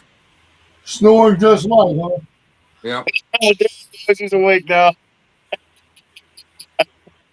You all right, Mike? Yeah, man. I'm just chilling. No, Yeah, dude. we heard. Yeah, you've been snoring and sleeping for over 10 minutes. Devin even logged off. We're almost done with the show. Yeah. Yeah. Yeah. I was out like a champ, man. I was digging in and calling it a night. Well, we're gonna need you to get up here because we finished Dynamite and we're gonna ready to end the stream. I thought. Shoot, we thought you fell on the ground, man. No, Yeah. man, you ain't going. Dude, you were out, bro. You were snoring like hard. Yeah, I know. I'm sorry. It's Sorry. all right. Look at if you want, look at the clock. We've been on 2 hours, 35 minutes, 25 seconds. I pulled a moderate to small fill. That's on me. No, you pulled a hardcore. You were snoring. You getting the sleeping in it. All right. Oh, I do got some stuff to show off before I can go, but All right, we can do that. if you got enough energy for that, I'll try to be as quick as I can. I was gonna ask Mike to talk about this heel turn with Osprey before we got off. What exactly happened? Oh yeah, switch back real quick. Well, no, you can go ahead and say what you got to say. Oh, well, we don't know enough about it. That's why we're asking you. Josh watched it. No, I kind of missed. I guess I totally missed the part that way he did it. So, well, what really? Well, I mean, we just low blow and then finished him with a hidden blade. Okay. That's not a heel move. I mean, Okay. it's a heel move, but it's not a heel turn. Okay. all right, man. That was about it. Okay. All right. Zoom close up. Extreme close up. What? Okay. All right. Here. I forgot to show this Monday, but I found this thrifting going to some yard sales. Got me a nice good Stein right here. Huh. Nice. A nice good old style. Nice. So I have that. Finally got this in the mail.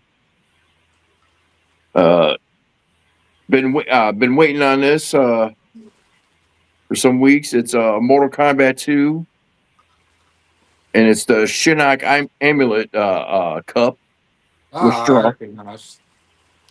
So I finally got that back. Finally got that in. Then I got some vinyl in. Actually, I found this at a couple stores, and 2 are from eBay. Okay. So I got the Queen, the game. Oh, okay. Oh, nice. So I picked that one up. And I picked this one up on a whim because I saw it. I was like, I know this is metal. I don't know what kind of metal, but I know this is metal. Angel, the white hot. I'm not familiar with that. I've heard the name. I would compare them to Great White. All right. So that's the best comparison I can make to it. Pick this one up. 38 special. Yep. Nice. All in great condition, but so then I can't understand that. Mike likes 38 special, but hates Leonard Skinner. I don't hate Leonard Skinner. I just rather not listen to Leonard Skinner. And AC/DC has had the same album for 40 years. Well, if it makes you happy, Mike, I would never play Sweet Home Alabama for you. Oh, I appreciate that right there, Jordan. I mean, I'm not. That's not my favorite song either. But they do have some great B-sides. Yeah, I picked this one up because it's one of their cool album covers. So Blue Oyster Cult.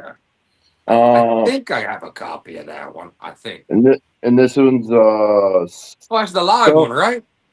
Yeah, so some Enchanted Evening. Yeah, this that one, dude. That one might only have 7 songs, but the performances are great.